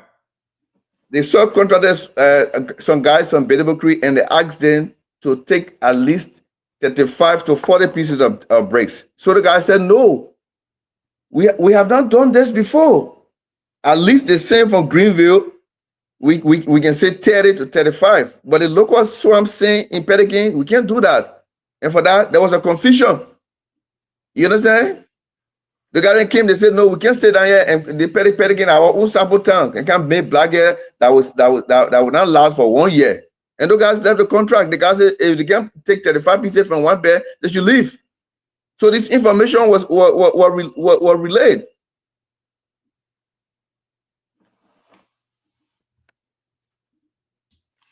All right, so Pastor, let us bring the viewers. I think they have some questions here. Let me bring the viewers in here. I think Aloysius said, Mr. Project Director, will you be part of a team that you know will fail? If no, why you took the job, not believing in the contractor? It means he's not following the show anyway. He just joined the show. Because if I'm not performing my duty by now, they have just constructed anything that will last for 6 months or 1 year. But because I know what is good for us, that's why I said no. There was nothing a ladder rack in the contract. If you check the BOQ, you have not less than 4 to 5 truck load or crush rack. And how can you build or clean it and use and leave ladder rack for on the motor road or between people horses? And so the person is the man is just following the show. Okay, let's see. Okay. Let's see another Can I? comment here. Patrick, let me see another comment here. Okay. Another comment here. I mean, Toteh is always writing essays, so I don't know. So he said, Mr. Kambleh, as a former National Secretary General of USA, I must first express my sincere appreciation for everything you have done for the organization and its members, and for all that you continue to do. Your service and dedication have never gone unnoticed. However, I must also speak plainly and honestly. There appears to be a significant disconnect between the USA Liberia leadership and you in your role as regional coordinator. I say this because, according to you, you were not informed or included when the contractors initially signed and approved the contract. Furthermore, you have indicated that the contractors were later replaced and a new agreement was signed, yet no work is currently being carried out. This situation raises serious concerns and suggests a breakdown in communication and coordination that must be addressed for the sake of transparency and progress. Any reaction to that comment? Yeah, where for the comment? Alexander Toteh, the former Secretary General. J. Alexander okay. Toteh. Okay, yeah. Yeah, so I did not say the contract was given to another contractor anyway. Okay. Yeah, I said the contractor came back with a new leadership that before or the 31st of 30th of November, they will do the completion of the first contract agreement. I seen the contract agreement, and so they failed. So if this question will still be coming to me, then I don't know where I'm not leading, because it is because of me performing my taxes that were brought us to where we are today, that the people did not do or sustain our work. That the point I want for everybody to grab. Okay, Patrick, I know you want to come in. I wanted to just get the viewers involved a little bit. So Melvin said, I'm following religiously from my Bannersville Junction, Papa Code community resident, Monrovia, Liberia. Now the project is on hold. What is fallback position from the country director and the team? I think he meant to say. Do you guys have any fallback position? For that question, I think it will be answered by the country director. But for me, I stay here waiting for the team to come and do the completion of the foundation. I only have my departing statement at all. Okay, Patrick, you wanted to say something to Mr. I think you wanted to say something. Go ahead. I think.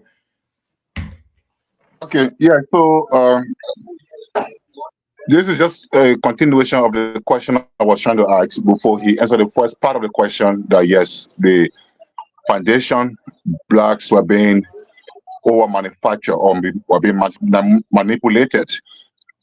Now, in continuation, the young people protested that the foundation laid down already is not guaranteed and should not be used to elevate the building, because in the future their lives will be at risk, because you're talking about hospital. I think how many bed hospitals? 13, yeah, 13 bed hospital.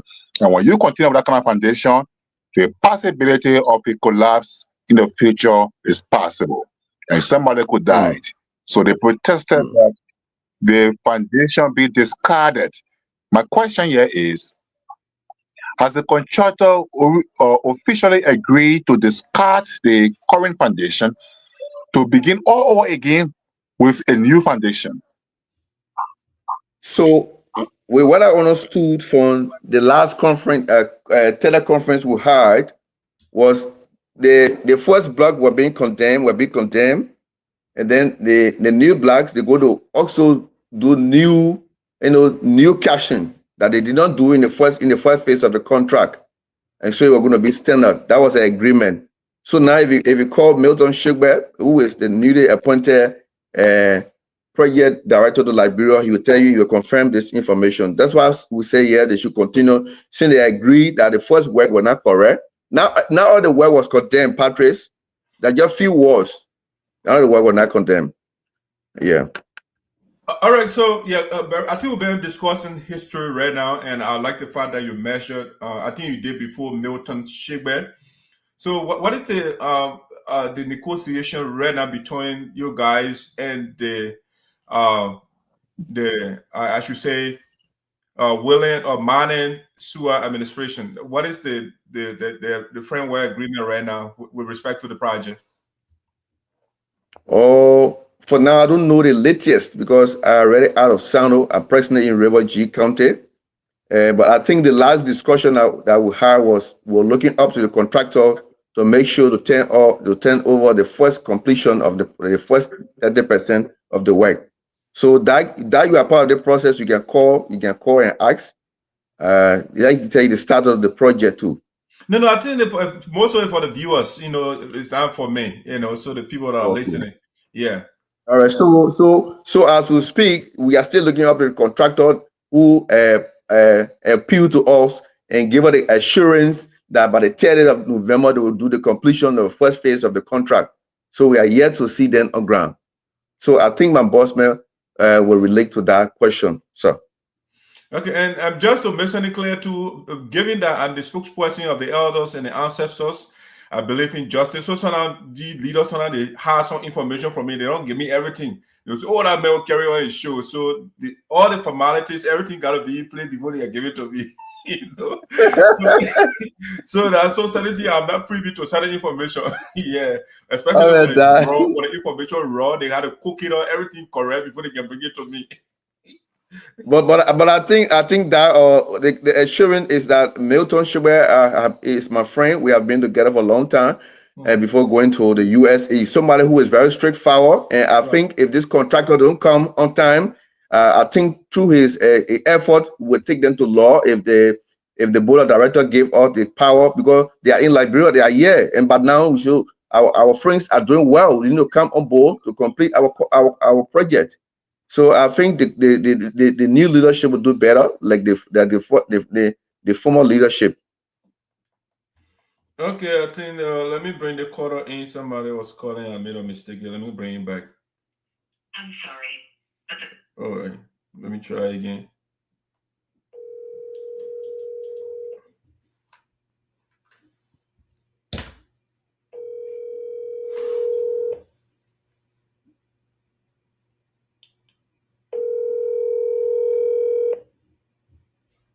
All right, maybe you will come back later. Yeah, but I think Mr. Kambleh, you've been on for a while. I don't want to hold you for that long. Shelly, you just returned. You have a question for the guests, and I think I have some little thing I want us to discuss as panel or the people or the hosts of the show before we call it your day. But if you have questions for the guests, go ahead. Like the background to getting a little dark. Joseph Barker is not spreading too much. Yeah. All right, Patrick, if you have a final question, comment for the guest, go ahead. Let's give the man the opportunity. No, I don't think I have a question for him because as much as it was a great thing having on here, don't get me wrong, but it would be great or even better if we have people that were part of the decision making of giving out that $28,000 to the contractor or the company that's supposed to do the work. It would be great to have those people on here. Then we can ask them questions and make the Sinoe, Sapo people understand what happened to the $28,000 that the USAA gave for a project that's supposed to benefit our community, benefit our people. So thank you so much for your time. And I think our next step should be, how can we get those people that were part of the decision making on here so our people can know what happened to their money, or what goal and plan do they have to make sure that they can work on the project, because the money have already been given to them. And I'm sure they don't have that money. That's why they came up with that agreement that gave us up to the end of November. We will make sure that we can show you something. And then they didn't come through with that, according to our brother. So let's try to get the decision maker here on, and then we can ask them questions. That's what I think. About to go ahead. Okay, so my last take on this thing, on this matter, I took so much interest in it, and I took my time to investigate it and go beyond the scene, and I mean, do everything I could do to make sure. When I started the issue first, people thought that something personal against the country team, and some of them were even vilifying me, yeah, for no reason. But thank God my claims are substantiated now and verified. What I want to say to Mr. Vasco, Kambleh, and the rest of the team members, you're who in this thing here, you're who in this country, in the thing here. For the contractor who absconded, for absconding, he must be taken to tax. Well, in the meantime, you're made 28,000. I don't know you how many on the country team. I don't know you how many. You all count together. If you're 10, you're divided 28,000 on yourself. If you're 15, you're divided 28,000 on yourself. You all put that money together, small, and let it reach 28,000, and you'll start. When the man is guilty, you pay our money back. The people in America, they're not taking money from trees. They're not taking money from trees, and they're not finding money in snow or, I mean, anywhere. They suffer so much. When they send their money home to help the suffering people here, we should be cautious enough. We should be very diligent. We should be very, very judgmental in how we proceed and not play politics or take interest in special ways. All of you who had a project, you are at fault, and the project failed out of gross negligence. And I think you must take responsibility. Get it for money. You pay your tax yourself the money, you put the money back, you go to work, and then we can continue from the other level there. So thank you so much. Thank you, Patrick. Patrick, Mr. Kambleh, you want to react to that, or you just absorb that?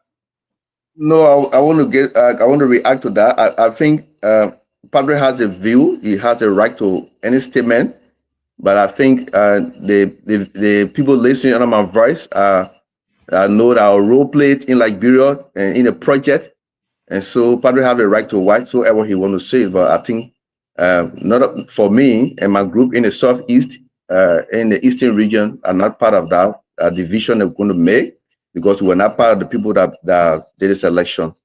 I don't know why you can give him a turn and to give him a departing statement. Yeah. So before you go, I know it's getting very dark. So now you're working with the new administration.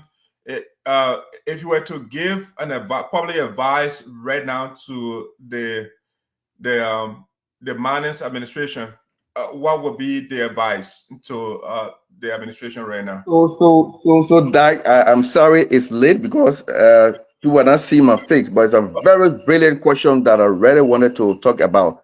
I firstly want to say thank you to the former president, the members and officials, of the board of directors, for bringing this dream. Yeah, unfortunately, the internet tripping right now. Let me see them bring it back again. Yeah, go ahead. Yeah.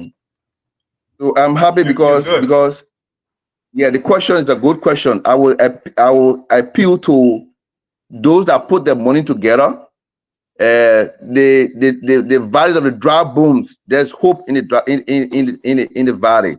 The guy who was the second person on the list, the Tong Zaman, I talked to him yesterday and today. He said he can do that contract for whatever money that is within the contract in 90 days. So I think we just need to call the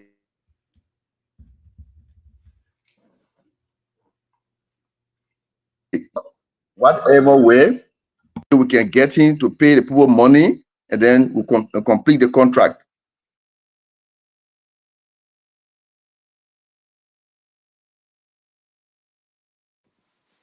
Well, I guess we can hear you, Madison. We can hear you.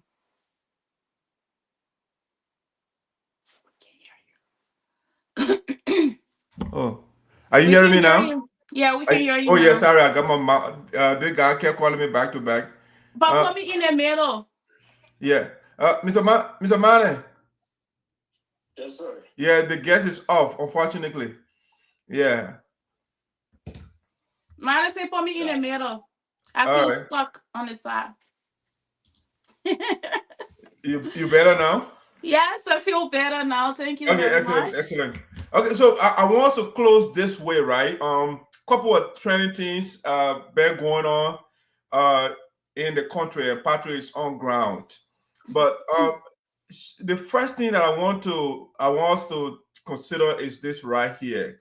Let me put in Mr. Money had a question, or he wanted to make us. Yeah, you had a question for the guests, but then I mean, you guys are not calling the guests gone already.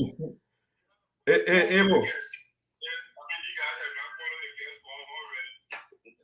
Abel, your guest out already, man. So you get a question for me, for Patrick or Shelly?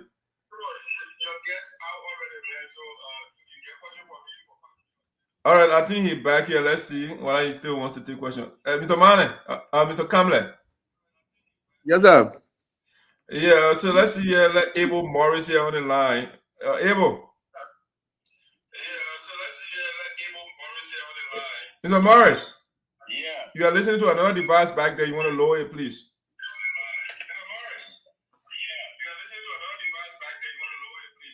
All right, yeah, lower it. Yeah, so the guest is back. I'm still hearing the feedback, man. Yeah, so the guest is back. I'm still hearing the feedback.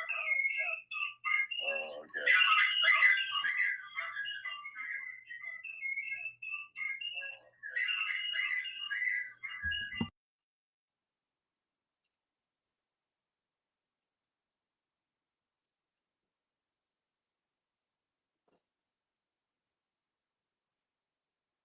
Go ahead, then. You okay now? Yeah. All right. Go ahead, then. All right. Yeah. All right. Do you leave? Yeah, Mr. Abel, you got to call back. You still got another device on. Yeah, Mr. Mane. Yeah, I don't know what the guys are calling in. Mr. Mane. Yes, sir. Yes, sir, boss. Yeah, hold on a second here too. Another caller coming here. They'll hold on. Let me see.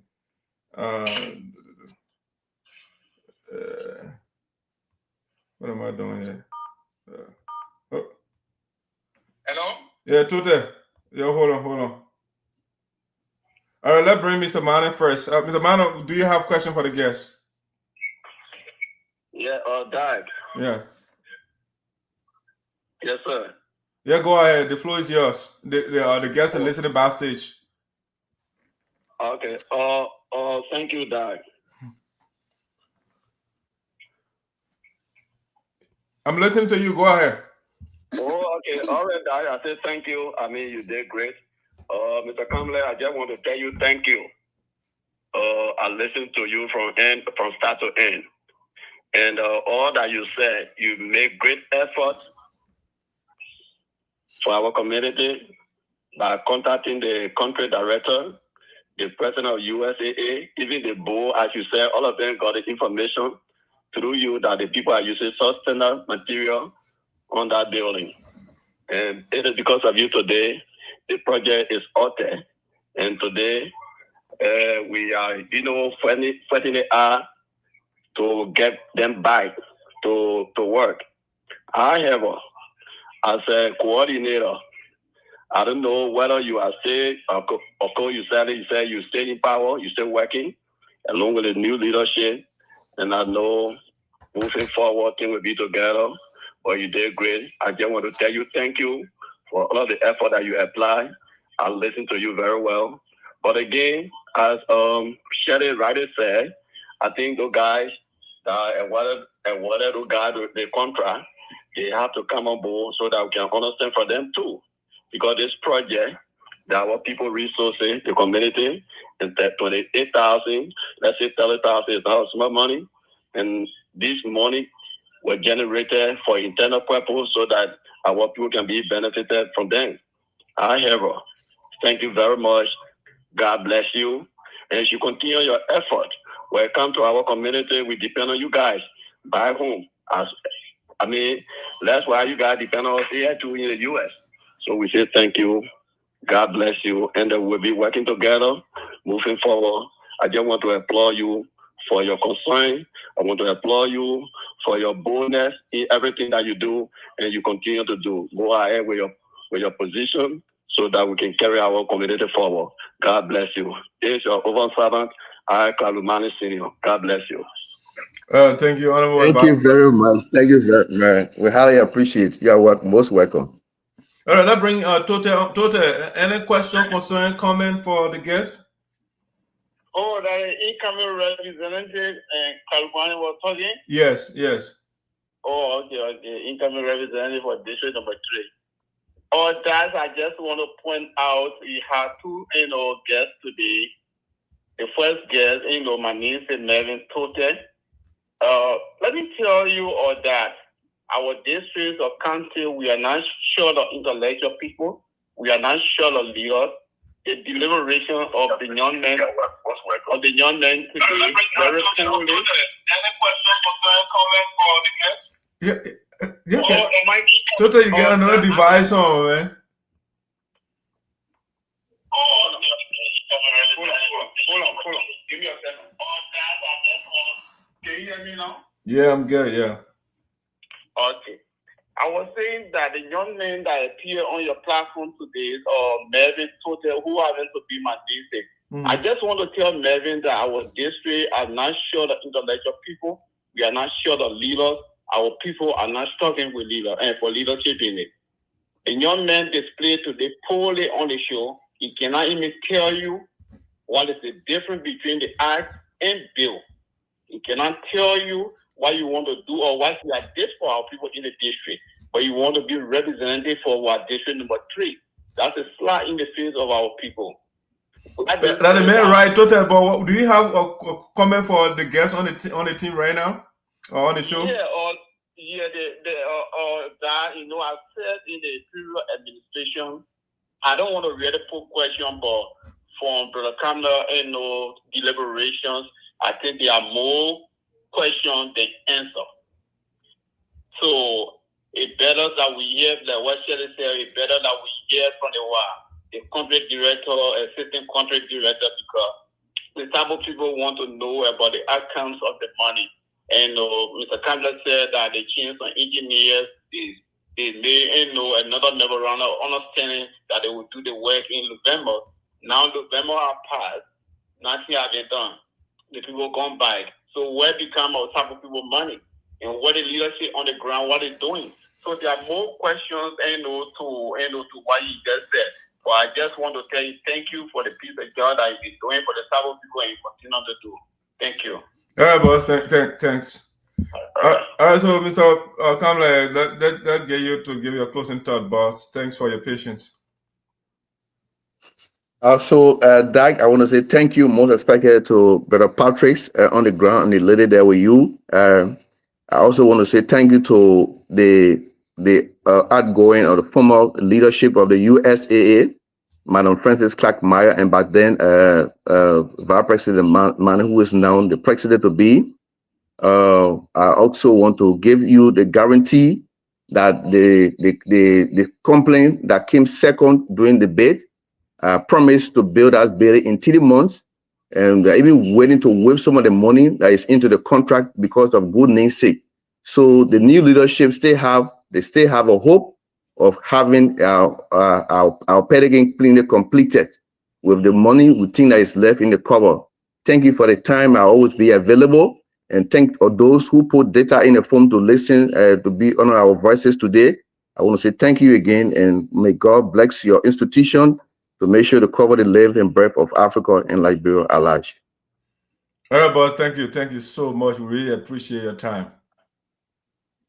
You're most welcome. All right. All right, guys. So I just want to close this way before the guests came back. A couple of things. Unfortunately, we can't exhaust them tonight. And Shelley, she will come 2 hours later and she will say, "Oh, I gotta go now. You guys staying too long." But I will call her aside today. Yeah. So, but a couple of things trending, right?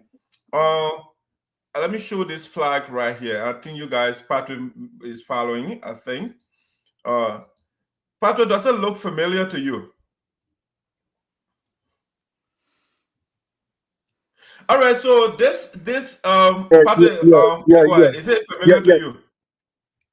Looks familiar to me. Okay, so let me put in context for the viewers. So in recent time, relatively recently, we have had this group in Liberia called the SAPO campaigners, and they have been campaigning robustly in Liberia for the recognition of the SAPO ethnic group, or the 17th tribe of Liberia, or ethnic group of Liberia. Okay, so they have been carrying on some exercises. As a matter of fact, you know that there was some kids that are taken to the Supreme Court, and right now we are waiting. They had the first hearing, and we are waiting for the Supreme Court for the verdict on that issue, whether excluding the SAPO from the money that was printed. Not to go into all the low details, but recently the campaigners, they put this flag out, and now they are transitioning now to a county starter. They want the SAPOs to have their own county in Liberia. And so, every county in Liberia has a flag. And so now the campaigners, they just recently published this flag for the soon to be, or potentially the SAPO county that will be coming. So this is the flag that they published. And there was a statement also attached to this. So let me read what the campaigners they put out there regarding this flag. Let me see. Let's see. Let me get it out for you. The campaigner statement attached to this. So this is what they wrote. They said for immediate release, right? And it says SAPO campaigners unveils flag, symbolizing unity and determination. All right. And it goes on to say that Monrovia, Liberia, the SAPO campaigners is pleased to announce the unveiling of its official flag, a powerful symbol of the organization's commitment to promoting the rights and interests of the SAPO people. The flag features the Liberian national flag in the upper left corner, signifying the SAPO people's connection to Liberia. The colors and emblems on the flag hold deep meaning, reflecting the SAPO people's aspirations, struggles, and unity. Blue, okay, so they want to find the colors on the flag, they want to define it for us. So they say that blue represents the skies, symbolizing hope and aspirations, and vital water bodies that fertilize the SAPO land. The red horizontal strip signifies the SAPO campaigners' coverage to stand against marginalization and social exclusion. The white stripes symbolize peace and unity among the SAPO people. The elephant symbolizes the ecological importance and the rich biodiversity of the tropical rainforest in the SAPO land. The campaigners advocated on the environment and conservation of endangered species. We encourage all sons and daughters to support the SAPO campaigners as we endeavor to eradicate social exclusion of the SAPO ethnic group, said Brian Fedewakoko, chairman of the SAPO campaigners. The flags unveiling marks a significant milestone in the organization's quest for recognition and empowerment of the SAPO people.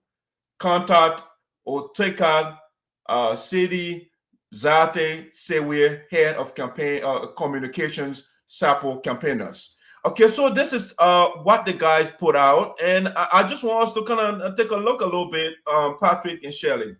What do you make of the unveiling of a flag of the SAPO campaigners? Even though they didn't measure the word counting, but they're talking about. I mean, you know, we have our own symbol too. I don't know how far they are going with it, but I just want to get you guys' perspective. Patrick, ladies before gentlemen, let's bring Shelley in here. I love the elephant. I think, you know, seeing is believing, right? Like the first thing that attract you to an individual is the look. I don't know. You know, you're a guy. You had your game before you got married, so don't act like you ain't know.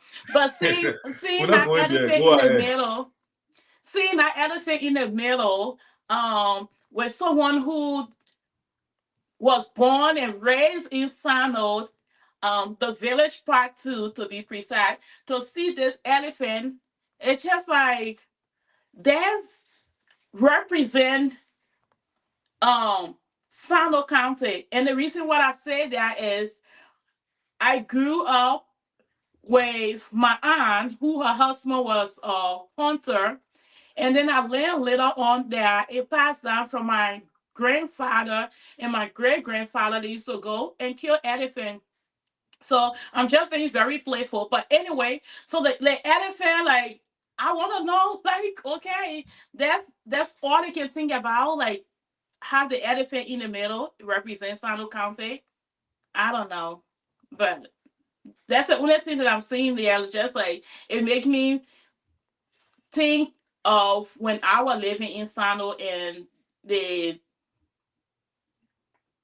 thing that I remember from that is like my uncle killed the elephant, and the entire village going to the place and kill the elephant to go and bring the elephant meat back to us. So I'm sure that's what they were thinking. That's why they put that elephant there, but I could be wrong. All right. So I mean, it said it represents the biodiversity, you know, the animal species in the Sapo National Park, and but let's bring Patrick in here.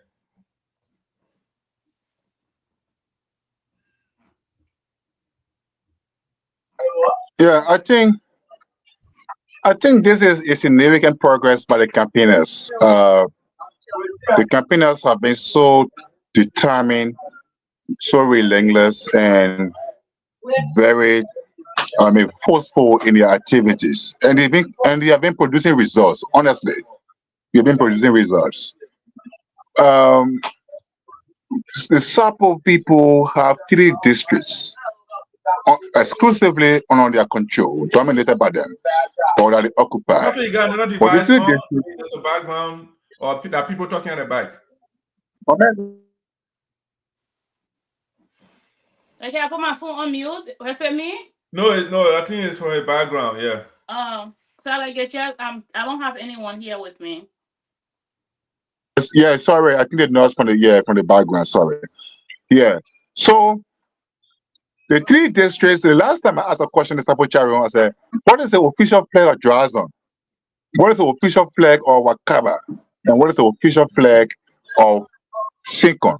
Because if the Liberian flag is hosted and the Sinoe flag is hosted, the district flag is supposed to be the 3rd at every public building in each of the districts, except Tajuwan district and other districts. I don't see that in Drazon. I don't see that in Wakaba. I don't see that in Seekon. So I asked the question: what is the district flag? Nobody said anything, and so I realized the districts have no flags. They are asked, what is the official color of the Sapo people? The official color of the Sapo people. Also, I mean, some people suggest a red, some people just white, different colors. And, but there was no specific color that is identified or associated with Sapo people. So now seeing this flag, it brings us to a level, to a point now that we are getting somewhere. Since the campaigners are still accepting suggestions on this flag, and on the design and the structure and everything of the flag, like I suggested in the chat room, I'm suggesting that the elephant be replaced with a chimpanzee. Yes, the chimpanzee will reflect the work, resilience, the strength and fortitude of the Sapo people over the centuries. Because the chimpanzee is never defeated so easily. In fact, in a Sapo section, in a Sapo tribe, one of the sections is even named after the chimpanzee. And if you take war to Wedger, for instance, if you take war to Wedger today, to the Wedger land today, if you take war from there today, you will never survive that war. You will have to retreat because they so far, the Wedger people so far, that the history of the Sabo people are the only section, so undefeated, so easy, uneasily. So I think the elephant should be replaced by a chimpanzee so that we see our strength, our courage, our fortitude, our resilience. I will see everything inside it. And that's the major suggestion that I have to make to this particular flag. So, Patrick, When out that of is done, curiosity, Patrick, out of curiosity, which animal has subdued elephant easily? well, I was going to ask that same question. Great minds think alike.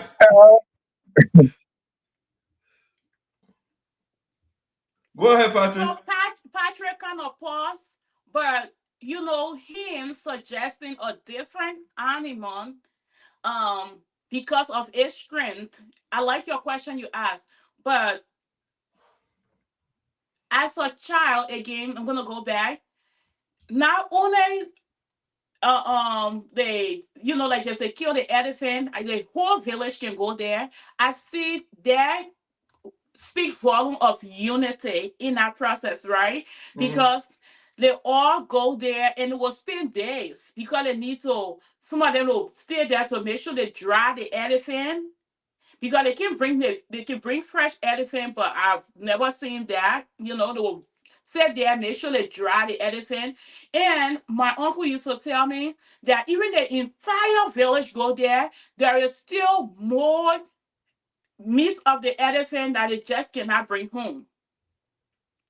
But in that process, though, like you see that kind of unity where they all go there for one, they have the same mindset. They are going there to bring meat, which is food for the people of the village. And then Patrick is saying, no, let's suggest changing the animal. So he's back. Let him kind of explain to us what animal has more strength than elephant. Okay. Yeah, go ahead, Patrick. So here's the thing. Yeah, so here's the thing of the elephant. The elephant is one of the strongest animals in the forest. Agreed, admit, very honestly. But the elephant does not demonstrate the characteristics of a human being, like the chimpanzee. Now, the elephant also is widely edible. All right, unlike the chimpanzee, I don't know of any supple section that really eats the chimpanzee so easily, or the bamboo so easily. I think so. The reason is what symbolizes you, what symbolizes you or what represents you should not be something that can be eaten easily. So, say how people can eat chimpanzee already, some people can eat bamboo. It doesn't mean other people can't eat it, but man. Yeah, I know, but I know you're right. See, you are right. A lot of people can eat bamboo, but for me, all the session, the couple people that I know so far, all the places that I've gone so far, gone to Mapo, gone to Seekon, gone to Kabade, all the places, I've never seen bamboo in the soup before.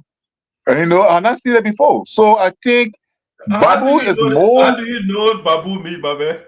How do you distinguish bamboo meat for the other meat? Okay, so people who study animal agricultural characteristics, they say always that the bamboo meat is a floating meat. All right, yeah, the bamboo meat is a floating meat, and its taste is entirely different. Like the elephant Shelley was making reference to that was killed in the Mapo. That was killed in the Mapo. I think that was 1994 or 95 in KD. Yeah, I'm not mistaken, but it was killed for 35 days. Yeah, it was that elephant was purposely killed in honor of Philip Paddy, and then as I ate some of that elephant meat. And what I'm saying is that bamboo floats. Elephant does not float. It sits down. It sits down in the pot, and you want to know. I mean, that's my suggestion anyway. But I like the symbol. I love it so much. I mean, I cherish it. But that's my suggestion that the bamboo or the pansy could be more acceptable based on its human characteristics, based on its inedibility, and based on its strength. I mean, its fortitude and its resilience, and being named after one of our sections of the Sapo tribe. That's all for my argument. Thank you. All right. I want to give a little characteristic of an elephant, if they're okay. Yeah, go ahead, Shelly. Go ahead. I Go mean, ahead. and I think it's because Patrick has talked about the characteristics of an elephant. I think elephant is the most respected and dominant animal in the forest because of its strength. Like we said earlier, there is no other animal that can take over elephant, right? How Physically, a lion can be elephant? well, we're talking about our forest to be precise, But we don't have right? lions in there too. Why we can't put lion? So he's not comparing it with lion though. The No, animal the that way you say only the strongest animal, and the last time we checked, they say the king of the jungle is lion. You know, so if you want to go with strength, then why we can go with lion? If you ask me though, but go ahead like that. I'm talking about respect though. Elephant is respected in the forest, and you can agree and disagree with me, but I would think the reason why they will say, okay, let's pick elephant because elephant is very kind, despite that elephant is big, but it's kind, it's patient, it's peaceful, and I am sure that the leader they got together, they said, wait, let's pick a animal that can represent the Sinoe people or the Sapo people. And so they want something that is kind, that can show patience, and that is well respected. That's my take. Okay, so here's my take though.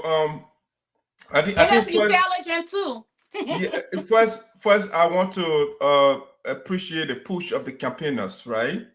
And when it comes to animal selection, Patrick is going with the pansy, and you, Shelly, it looks like you are leaning the elephant. If you ask me, I would say a lion or a tiger, one of those. And here's the reason why. You know, you talk about coverage, right? Sapo people are courageous people. And that's how a lion looks like. Lion is not the biggest animal in the forest. It's not the tallest. It's not the strongest. But because of its mindset, lion, it is courageous. It fears nothing. Despite the gigantic size of elephant, if lion, the way it sees the other animals in the forest, that what makes it powerful. Because when it sees a lion, it does not see it as strong or almighty. It sees it as lunch, as breakfast or dinner. That's how it sees it. So it's the mindset of the lion that I like. It's the attitude towards other animals or other things around it. And besides that, lion, it strategizes. It can't just wake up and start running behind. It plans. It's very tactical. And I think the Sapo people have been that way. Lion does not just pounce on any animal in the forest as well. It's calm. It's a calm animal. When you see lion hunting, that means it wants some food. It's hungry. So the Sapo people, you push them, and then when it reaches a certain point, you say, you know what, I got to stand up for myself. And that's what I see in the Sapo people. So you see, for years, even though we produced the first indigenous vice president, may so rest in peace, Thomas Wesson. I mean, we are very marginalized in the country. I mean, produced the first, I shouldn't say first councilman, but we produced a councilman, Honorable also Jai Kuya, may his soul rest in peace. I mean, we are still not being taken seriously. I mean, we produce Minister of Public Works and the late Mabutu Nyepa. I mean, we can go down the line. We produce a freedom fighter like Deacon Carlo. I mean, those people that play a major part in the country. And so now we're seeing the new generation. So we still, I think we are lion, we're peaceful, but we are courageous set of people. We are not afraid. So for us, for the campaigners to take on the government to the Supreme Court of the Republic of Liberia, that shows courage. That shows strength. You know, I mean, so if you are the strongest person in the room, you can't be the first person to attack. The stronger person always, or the knowledgeable person always, the one that talks last. The person will be the last person to talk in the room. That's the knowledgeable person. So I see that from the Sapo people.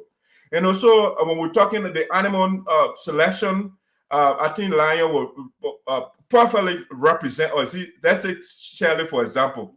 I mean, she's a lady, but she is a lioness. You know, she does not take Father and myself, we can sandwich or we can tackle here. She stands her ground. You know, so you can see the lion characteristic in her. That elephant one can just go and run. It does not even think about the environment. It just go, it breaking things, you know. No, you have to be tactical, you be strategic. So I see us as, you know, more of lion. All right, let's see here. They got care calling. Let me see, let me bring on here. We are just kind of killing time a little bit, about to leave now.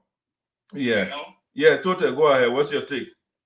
Yeah, thank you, Dad. Firstly, let me tell our people back home, thank you for their efforts, you know. But I think that from my own understanding as a student of history, the people are making a historical mistake.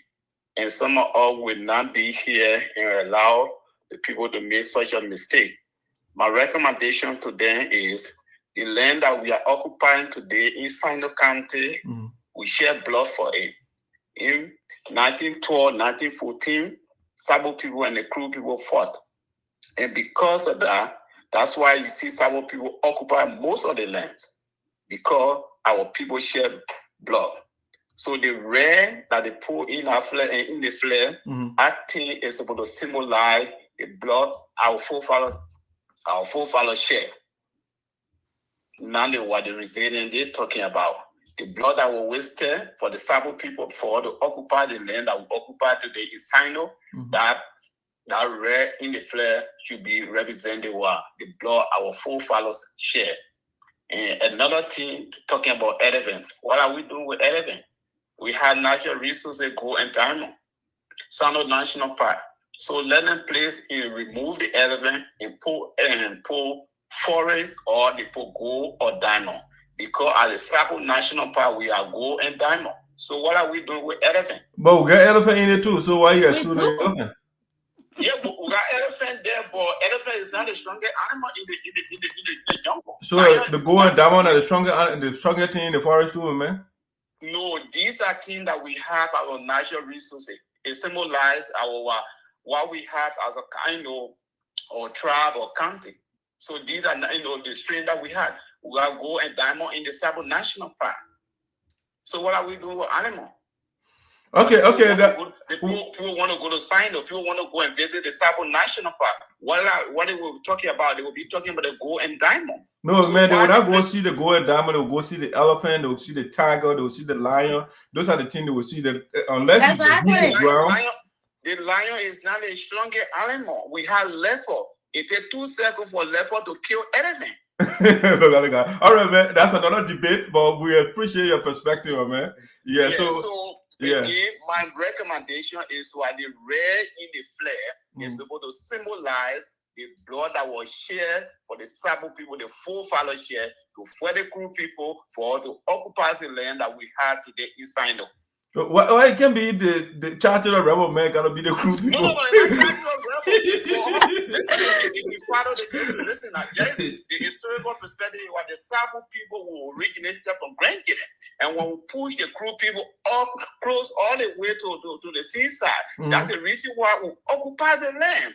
And yeah, because it's kind of complicated when you put it that route, because right now Patrick married crew woman or Shelley will soon be married a crew man, you know. So yeah, so when you put it that route, yeah. My mother, Elizabeth here, she's a crew woman. Okay. My father is a Sapo man. So because of that, should you raise the historical aspects of our country? No. Not because my mother is a crew woman. No. Yeah, so to now make it controversial, because once you do that, people will want to defend their ethnic group, right? So why don't we take something that will not be controversial, right? Because we try to talk about unity now. So if you try to bring things that will bring division again, then you it defeats the purpose, you know? Yeah, but here's the thing. Yeah. History does not look at your feeling. History does not look at your feeling. For example, Prince Johnson killed Doe. You will not erase it. Yeah, so that why we get a national museum, we can go there and learn a historical thing, or you read it in the book. Yeah, but then why are we erasing the strengths of our people? No, we are not erasing it. We are not erasing it. That's not, we're not erasing it. No, our forefather died because of the lands that we occupy today. And the blood that was shed, it was too much. Why can the red represent the blood that was shed for our forefather? All right. Yeah, buddy. Thank you for your perspective. I appreciate that. You know. Too, man. All right. So Patrick and Shelley, my wife, you know, I gotta go give my wife a massage. You know. Yeah. A little bit. We can be here all day. Sorry that you guys are single. Look, I am so done. Shelley, I feel your pain, oh. Shelley, I feel your pain, man. So you mean you feel giving us the kind of talk? I can't, CEOs, he's one of those people that can actually push you into getting into a relationship, but that's not going to happen for me. First of all, I'm single by choice, okay? So let's get that part straight. No, I'm not trying to force somebody into something. I'm just telling you what I want to do, right? That's fine. Well, good job. Go and do it. Why do you have to tell us? Why should you tell? You have to tell us. Look what he said.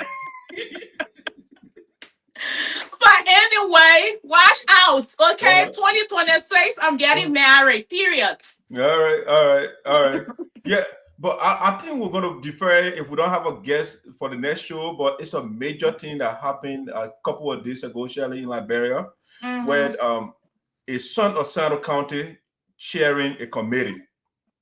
And as we speak right now, the Speaker of the House of Representatives is also from Sinoe County. Not Kun is from Sinoe. He went there the other day. He reported to our people, I went in the bee forest, I catch an elephant, I got the elephant meat right now, all those different things he was saying. But Shelley, right now, some counties in Liberia right now, they have new, there was some provided if it goes to the Senate, right? They will have new political representation. So that means they have some seats in the Capitol building.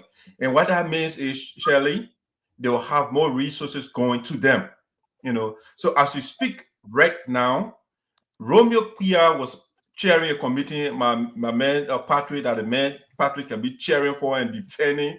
And actually, that's my aunt husband on a side. Okay, so sorry that two of you, you know, but the man was chairing a committee. I know you and Patrick, you will defend the honorable man, but you know, Shelley, that's how you put the esoteric. I cannot be in the kitchen. Get the food, prepare the food, and then divide the food and exclude my children in the house and exclude myself. You know, I wouldn't do that. And the way I understand politics, you know, a lot of people, I think one time we had an interview with Honorable Zaza, right? And we will ask critical questions. So, no politics. I mean, Shelley, your background is in politics, of course. So we say, what is politics? Then you say somebody define politics as the art of the devil, right? I mean, even though classically that is not the definition of politics, right? But that's how a lot of people define it. You know? So you say politics is the art of the devil. So the point I'm trying to make, politics is not Shelley's religion. It's not Patrick's religion. Where you have to be all pious, right? Yeah, it has all sort of maneuverings in it. You can twist in, people will not like it, but that's why I like Jeremy Benton, right? The greater good for the greater number. You represent a certain group of people. You represent the people in your county. And then, yes, per law, legally, it might not be, in the scope of the law, right? But Shelley, you cannot say you giving other counties seats for them to get more resources. And the original county in the Republic of Liberia, you are chairing the committee. You got the power, the chief power broker in the house, which is the speaker from Sinoe County. And these people, they give 14 seats and they exclude themselves. What? Yes. So Romeo Kuya, let me put out Romeo, professor, doctor, Romeo Kuya was the head of the committee. And as we speak right now, that bill gone to the Liberian Senate. What I will go to is another thing. But hopefully, not something we are about Chie. And Creighton Duncan will make that rectification, that blunder. It's not a mistake that Romeo made. It's a blunder.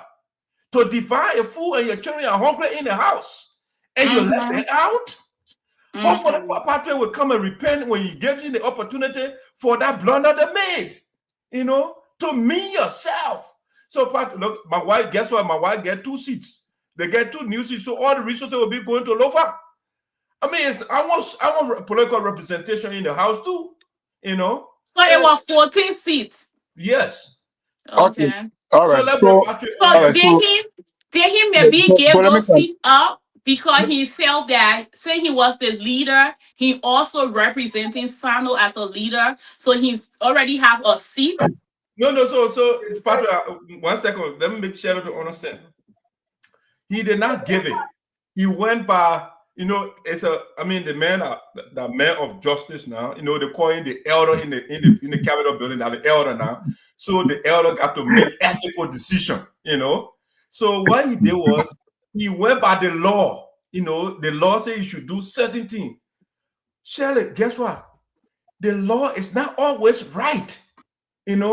So you are that one. If you read the cutting it's not Rousseau, but the guy who talk about, you talk about, so Dr. King used to quoting you a lot. I forgot his name, but he said, law is not always right, but guess what? When you think a law is unjust, you have the right to break that unjust law. Certain laws are not right. So if you're always obedient to law, then something is right. You are not assessing it properly. So Mr. Kuya is going by what the law says. The law says that based on your population, you get certain seats. But in the past, it has not been the case. Yeah, they call some of the seats that we have right now in some of the counties. Some seats, the state, they got a number. They say, they get, right now we got, let's say 3 representatives, right? Which we are getting 2. But by the law at the time, they say, when they did the census, we have 2.5, right? 2.5 representatives. You don't have half him up in, right? So they say, let's correct that. So let's make it 3. So they added 1 person to it to make it 3. So if you can kind of to understand, they flouted the law by then, right? So while Romeo Kuya, he has the authority. If you can't do that, guess what? I would recommend him to not have headed the committee. You can't head a committee, you distributed the food, and then your people they didn't benefit anything from it. They didn't eat, but then they're going to wash their pots. Yeah, they will just watch the people, So Patrick, what is your take, man? All right. Sorry for a very long way. Yeah. So thank you. So yeah, Patrick is frozen. Too bad for him. News breaks, and okay. Go ahead, Patrick. You good? I'm okay now. I'm okay. Yeah. Yes, you are. I'm okay. Yes. Okay. So when bad news breaks, then good news breaks. So the good news also breaks today as well. The House today, in its breaking news today, the House concurs to the Senate to pass the Liberia Inland and Seaports Modernization and Decentralization Act of 2025, meaning today, as soon as the president signs that bill into law, the port of Greenville, the port of Harper, and the port of Buchanan will be autonomous, and independent on their own. Oh, They will not great. be on how do you call them? They will not be on the NPA again. The NPA will not be deciding. Somebody will not be sitting in Monrovia and deciding what they get, what they don't get, collect all the money and resources from Sinoe and Senator Monrovia. So that's a good news. That's the good news that is cooling our temper, that is cooling our chest, from the bad news of yesterday. Yeah. So that's the good news. On the bad news yesterday, I'm very confident that Senator Chie will do the needful. Senator Duncan. And in fact, at the level of the Senate, it will play well for the senators. The eight counties affected, already have the number already. 2 times 8 are 16. In the House, for example, because the way it played out in the House, the Southeastern region was very disadvantageous. The Southeastern region was very disadvantageous. So the 6 counties in the Southeastern region, if you say there are 16 representatives from the Southeastern region as a whole. Now, if you add Bomi and Bapolu, there will be Bapolu is 2, Bomi is 3, that's 5. 5 plus 16 are 21 lawmakers. So 21 lawmakers. Mosoralo alone has 17. Nima has 9. Bon has 7. Lofa. So if you weigh the number against them, definitely, I mean, they got no chance to survive the debate or the vote. However, now that it is in the Senate, the 8 counties that are affected already got a number. 2 times 8 are 16. 16 senators already got their numbers. The 16 senators will also lobby with Grand Judah for solidarity support. Grand Judah will support the other 8 smaller counties, so that 18 senators. Grand Cayman also too will give support in terms of solidarity. I mean, for bombing. All right. So for bombing and Bapolu. So that 20 senators against 10. So it's a deal already. It's possible already in the Senate. So that one we can rest assured. Sinoe and Maryland, the 2 counties and River G. That Sinoe, Maryland, and River G might likely be captured. But in case River G does not fit in the threshold, Maryland most likely and Sinoe most likely will have to be captured from the side of the Senate using their number advantage. And I'm sure Senator Chie, as the Senate Committee Chair on Judiciary, Human Rights, Claims, and Petition, I'm very sure he will lobby with those counties very vigorously to issue. In fact, Sinoe will even get the support of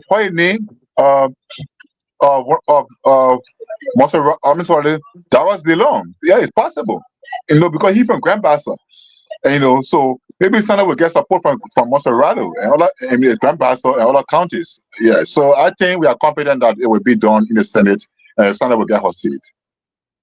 All right, so Shirley, everything you heard from Patrick over there, maybe it's possible. So guess what? His boss may level out. So right now, the man has relegated us to possibility, and maybe and perhaps, that's what they do when they finish making mistakes. Then they bring political dribbles, or rhetorical dribbles. That's what he's doing right now.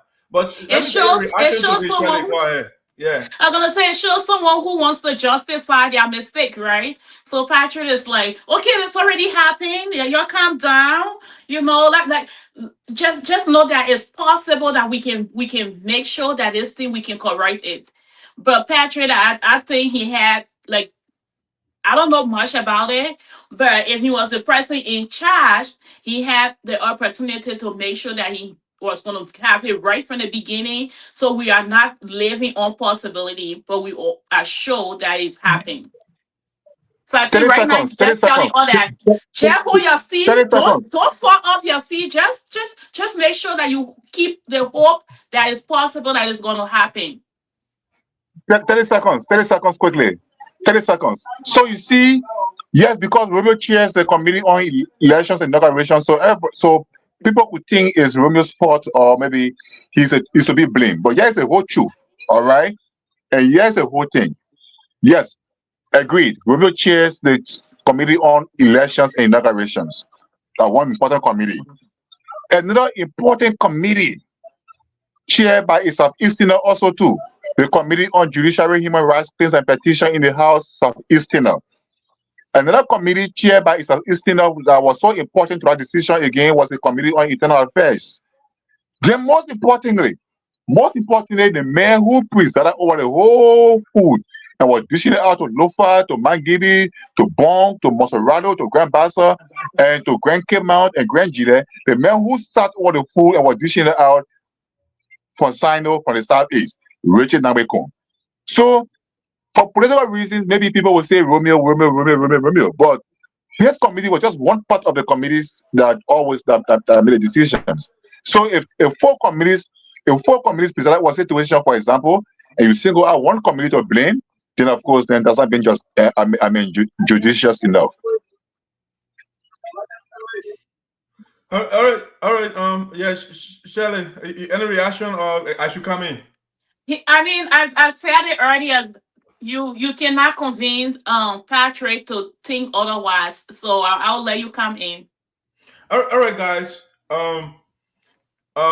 Lugubriously, melancholically, Patrick and his bossman, they should apologize to the people of Sinoe County instead of giving all these who is heading the other committee and who is heading the other committee. But Shelly, this is what I gather here. I mean, maybe you didn't follow it, so that's why I put it stuff up here so you can see it. I can't even read it, but okay. So Bond County, they got 2 seats. Romeo Kuya gave Bond County 2 seats. Grand Bassa County, to be fair, right? Romeo Kuya and Richard Nambekong, they gave Bond County 2 seats. Kong and Mr. Kuya, they gave Grand Bassa 1. Kong and Mr. Kuya, they gave Grand Cape Mount 1. Kong and Mr. Kuya, they gave Grand Jada 1. Kong and Mr. Kuya, they gave Lofa County 2. My wife gave 2. I'm happy, and all of that, I want the best for my wife too, But I can't be left out, that is the problem. Margibi County, Romeo Kuya and Mr. Richard Kong, they gave them 1 seat. Monserrato County, Patrick John mentioned, Shirley, guess what? Monserrato got 17 seats right now in the Capitol building and gave them additional 4 seats. Yes. So 17, 18, 19, now what, 20? 20 seats right now. And then Nima County, they get a 2. Okay? 2 seats. You see, Shirley, there is a history today. The Southeastern leaders. There is a history. And let me give you the little history. It's not a mistake, Shirley, that you guys are making. I think it's a deliberate blunder on their part. So if you look at the history of Liberia, the Southeast is not the most populated place or region in the country. But they have produced leaders. But all along, Shirley, they have been making blunder and not developing their area. So we produce William V.N. Todman from the Southeast, from Maryland County. All right. We have President Doe from Grand Jada County. When you leave the presidency and you come to the Speaker of the House, that's the 3rd most powerful position in the country. We got right now the incumbent is Richard Nambekong. He from the Southeast, Sinoe County specifically. We have Buffer Chambers before from Maryland County. All right. When we leave the speakership and we go, the president, let me put George Weah there as well. George Weah is from Grand Crew County. He used to be Sinoe County before. All right. When George Weah then decided to recruit people to get their own specific county. All right. And when you leave that, you come to the finance minister, what you call Toteh from Maryland County, and you come to a Minister of Public Works, you have our own, the late Nyepa, Mabutu Nyepa, we can go down the line. Surely, for whatever reason, when we have these guys in authority, they neglect us. You know, they don't do so. Right now, as we speak, with the history I gave you right now, no roads in the whole of Southeast. You know, no roads. The place, when it, I mean, I don't know what I really see right now. I don't know whatever time it is, but the Southeast is isolated from the rest of the country. All right? But yet the guys continue to blunder. They continue to blunder. Or even on a Romeo Quia, the man is blundering as well. Shut right now, Romeo is going by law. Richard Kuhn and they are going by law. But guess what? The president of the Republic of Liberia, guess what he is doing right now? He building a 10 million, at least speculatively, let me say, I don't know the exact figure, 10 million mansion right now in Lofa County. It is against the law. He's doing it right now. So the guys, they feel to be the respecter of the law.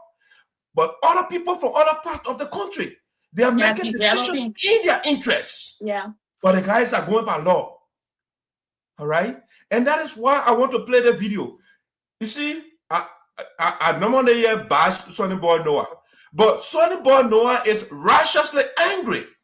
I don't see that anger from something where. I don't see the anger from him.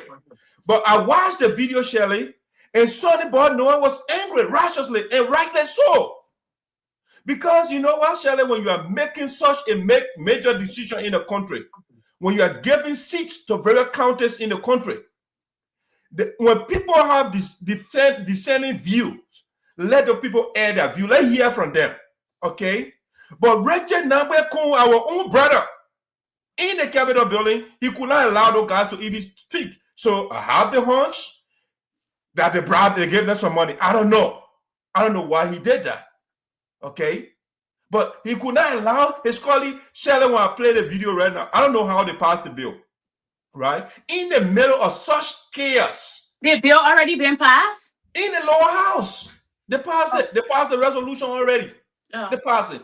So let me play the video so you can see, and more in that chaos, how Richard Nambekun determined the majority carry the rule. Let me play the video so you can see it for yourself. All right? Okay. So you can see it.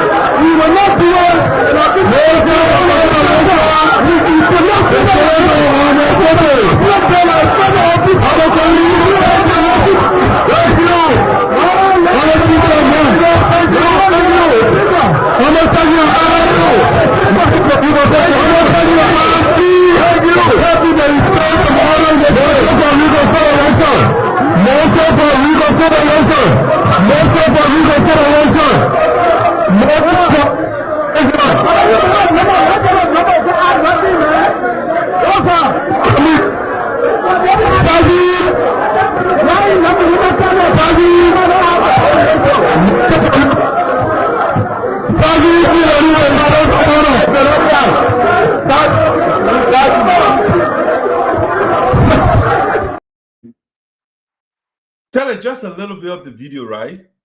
So if you watch that video, again, I have the strong predilection that Reggie Nambwe Kun was induced financially to have done that, to have marginalized.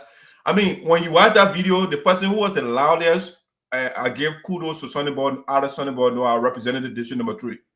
It was basically Sinoe versus Sinoe. Noah is protesting against the decision of Reggie Nambwe Kun and Romeo Quia. And when you watch that video from the beginning, Shirley, the man asked the question, and the people said, the majority of the people said already. They said no. And the few people that raised their hands, right? Guess what? I'll send a video to you, the full video, or you go on my page. The guys that raised their hands, some of them, one person raising 2 hands. Imagine. And the man, the few person just, and Reggie Nambwe Kun allowed that to go through without hearing all the bunch of the people that saying already they are not ready to vote on it. And the man pushed that thing through in that chaos. You watch the video. Wow. So something went wrong somewhere. There's so much noise. The more chaotic parliament in the world are elaborating the lower house. The guys they were never organized. I don't know how they're working that noise. So that's the situation. That's just listen to it alone, just like my ears, like, come on now. So this one, I'm with my man Sonnyboy Noah. The people think I just come in and criticize the man. The man did something right here. He's right on this one. So there's another after that, the interview here. Let me play the video. Open the floor for discussion. You cannot pass something that affects the entire country. Other districts were added in other counties, and other counties will not get it. We need to go to our people to be able to explain why it is. Because they did not read the threshold. My point is, the real rule under our procedure, when the speaker, when he asks if whether we are ready to vote and somebody say I'm ready, that person should be able to get an opportunity to express the desire on running or why. You cannot do it to say people should pass a bill with nay and yea. In fact, it should be handcuffed so that the record can carry you guys who are press people to know who are against it and who for. But to do it in our noise, there where my dissenting view come from. So what do you think is being played here? No, so the real truth is I'm just against the procedure. Okay. Because I will not say Sinoe is cheated because the man who chairs a committee for Sinoe. So they really looking at the numbers. But equally so, Codis who are being elected by the various districts should be given the opportunity to express their dissatisfaction on certain form and manner in which maybe a particular situation is. No, that's my point. But for the speaker to deny us, even in the midst of the noise that we are ready to vote, yell out to know what we want to say or the recommendation. It's not passing. But no has a cogent point or argument here. Absolutely, I agreed. Yes.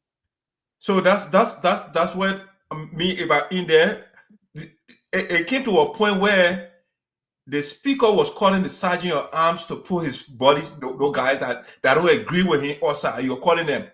That's how I think it's suspicious that it may push the thing through. A man from Sinoe County. This is a serious thing on Reggie Nambwe Kun and Romeo Quia. Yes. It's ridiculous to divide food, and your children are hungry in the house, and you give him motor rather than already carrying, I think 90% of the resources in the country, and you get an additional forces. Yeah.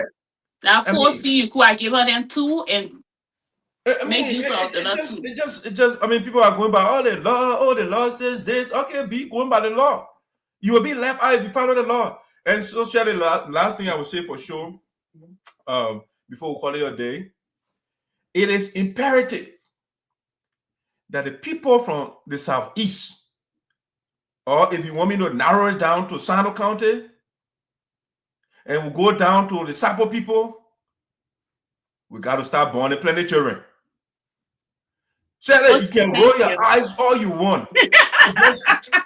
Guess what? I am so done with this conversation. We said that you can roll your eyes all you want, but guess what, Shelly?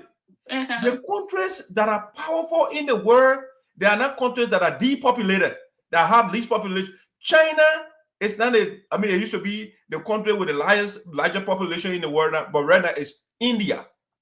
So India is one of the powerful countries right now in the world. China is one of the powerful countries in the world. It's the second in terms of population, followed by the United States of America. And you can go down the line. Nigeria is powerful in Africa, partly because of the population. So Shelley, we cannot ignore population. So when you come here, you do the Western thing. For you, I'll give you a power on the bar. I leave you get 6 already, so you're good to go. Yeah, you're good to go. I can't blame you for that. Well, are there how many 6? Oh, how many you get again? Oh, 11. It's okay. I have 6 children. Wow. Oh no, I mean, if you less than 6, then you still owe us some. You know, Okay. Yeah. So I think we have to start to reproduce. Okay. You know, and in order to do that, how many do you have since you counting numbers I here? got 6, Shelley. I got 6. Oh, okay. So I mean, so are you telling me the starting number is 6? 6 or the base is 6. The base is 6. Okay. Yes. Okay. And how do we achieve this, Shelley? There are a couple of things.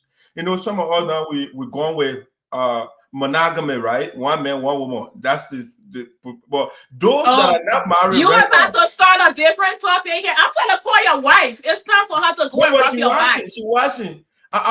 For me, I'm not going into it, right? Because I have chosen already. I talked to the elders and the ancestors, and they say, you know what? Since you decided, we'll pardon you on this one because it's not our culture, right? But since I'm the spokesperson for them, so in order to make that decision, I have to talk to the elders and the ancestors, and they give me that go ahead and say, you know what? Stay with your gorgeous wife, you'll work together, and kind of help Sinoe County, right? Okay. But those that are not married, according to the elders, the patron, you know. Huh? The patron then. Yeah, those that have not made a decision, including Shelley, you know. I mean, if it costs us to do both polyandrism and polygamism, we have to do both. You know, I'm all for that. I can get 2 husbands. Yeah, that's an option. I'm all for that. Yeah. But that will not make you to reproduce more. You know, so you never know. You never know. I'm all for that. You never know. So the men got to they have to reproduce. So that means they need multiple partners to do so. You know, yeah, we have to populate the Southeast. We have to start doing something about it. It sounds comical, Shelley, but that is very important. That one, Nima County and Maserado, even though they put in Maserado, they are not born anymore. The reason is a lot of the people from the Southeast, they are going to Maserado and migrating there because of economic opportunities, right? And so that's another variable I wanted to bring in. We have to start to find a way to attract economic activities in the Southeast that would make people to come there, you know? Right. So that 2 things, we can populate our region, reproduction, and we try to create economic opportunities in the Southeast. Then we'll have the numbers that we need, you know? But as is right now, for the long term, I think we have to start for the immediate term, right? Let's try to bring we need to start having babies. Let's just have babies. No, for the immediate economic opportunity. But for the long term, because when the baby they can't be eligible to make decisions. It will take time for them to grow and all of those things, right? So they got to breastfeed the baby, or she had to get a baby bottle. Why is that example on me? I don't get it, but okay. You know, because you guys are natural, right? You are a lady on the show. That's why Patrick can't get your baby breast. You know, I can't do the same thing. So, so that's why I use that. But you know, but you guys don't, especially those of you in the West. You know, you just get a bottle, right? That's what you do. You know? That's not true. I mean, predominantly, Shelley, when you have to go to work, the baby can be with you in the office. So you have to maybe. Or there's something called work from home, you know? Yeah, but what's the population of the people that are working from home? I agree. Yeah. Yeah. So, but Shelley, so that's it. So I think those are some sort of. I want you to join me on the safari when you're doing your stuff. Let the population thing start pushing it for the men to get. They one man, one woman is not working for Sinoe County. You know, or is not working for the Southeast. We have to start adopting the Muslim approach. Muhammad said that people can get up to 4. You know what I'm saying? Jesus is not treating you all right. You know, you're talking about the one man, one woman. You know, as a matter of fact, Jesus, if you were mad, Jesus will not reproduce. He didn't get no woman. He went. You know, Muhammad was having plenty of Jew there. So it's a different. Anyway, Madison, I would like to give an announcement before we get out of here. Yeah. But join me tonight on Safari Testify at 6 p.m. Central Time. If you haven't already done so, please do follow me on my platform. It is a Christian platform. Yeah, I get to do politics and I am a child of God. So follow me on Safari Testify. We are doing a 100 bag of rice, 100 family giveaway this coming Christmas. And we are looking for people to partner with us. We are looking for you to come and help us to reach our goal. So we want to give our 100 back, right? Like I said, 100 family this Christmas. We want to make sure that we can put food on people table this Christmas, and we need you to partner with us. We have our Cash App, our Zelle. I will try to post it here on the page. And please be a hand and feet of Jesus Christ by giving to the people in Liberia, especially those that that don't have any loved one yet in America. So that's the goal. And then I want to announce that I am a lesson financial professional, and I am looking forward to coming on this show so the CEO can ask me some questions and my vision and hope for our community. And the reason why I took out time out of my business schedule to study and to get my lesson. Congratulations, by the way. I think that would be a good conversation to have.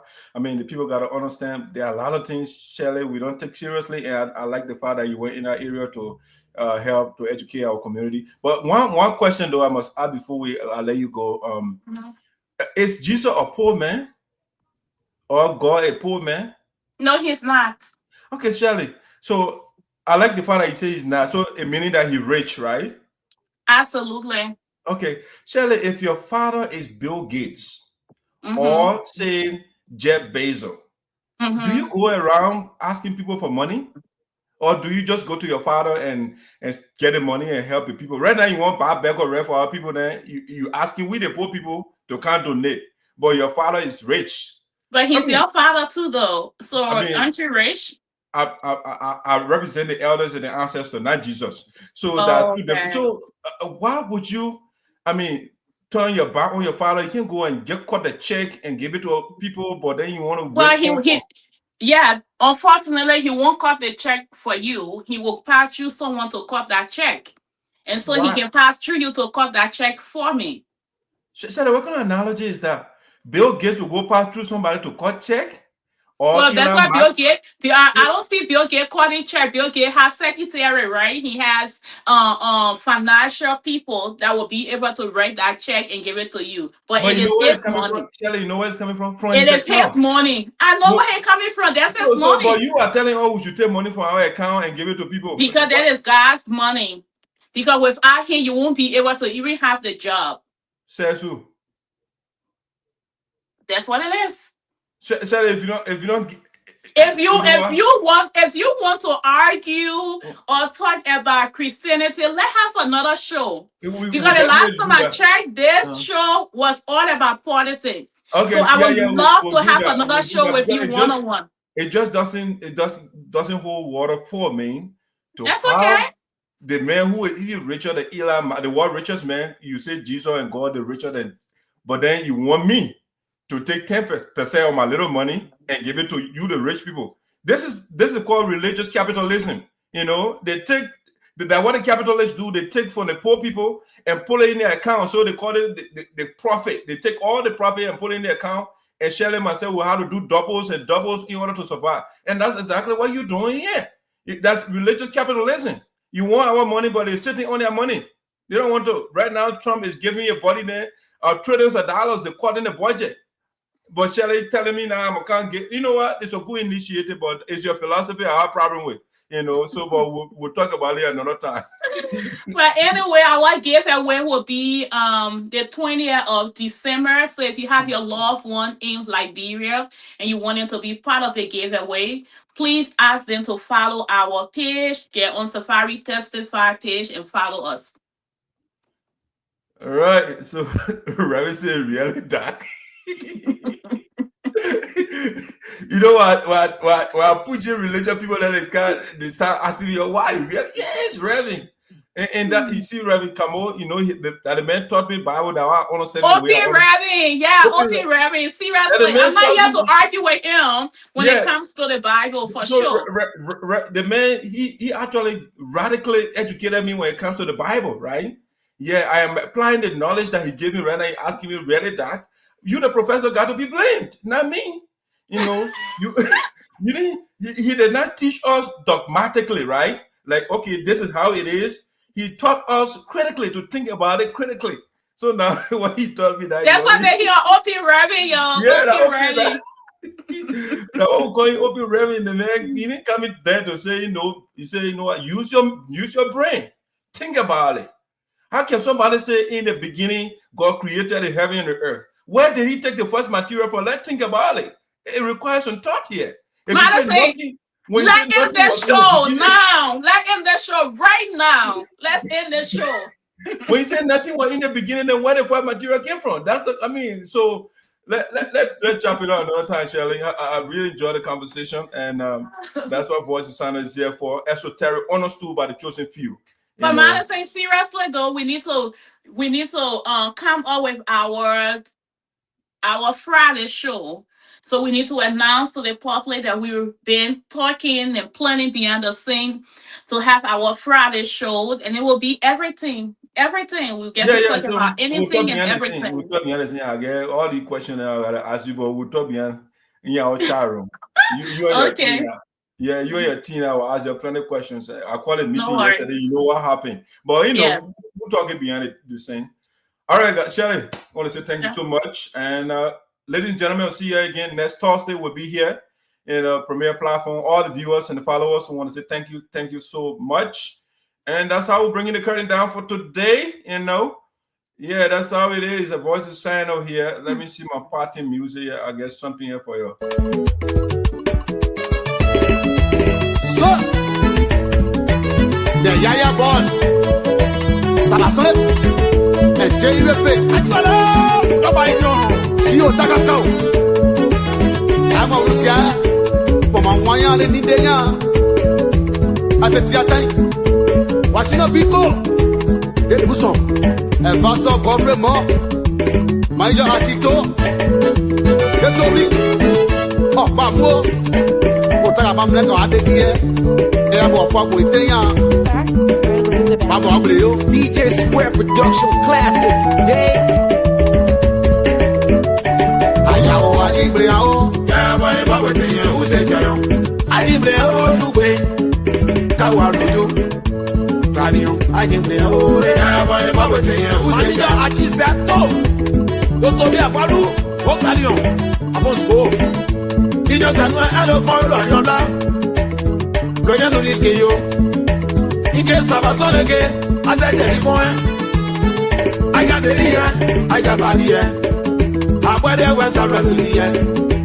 I know as a general. One more thing. I wonder.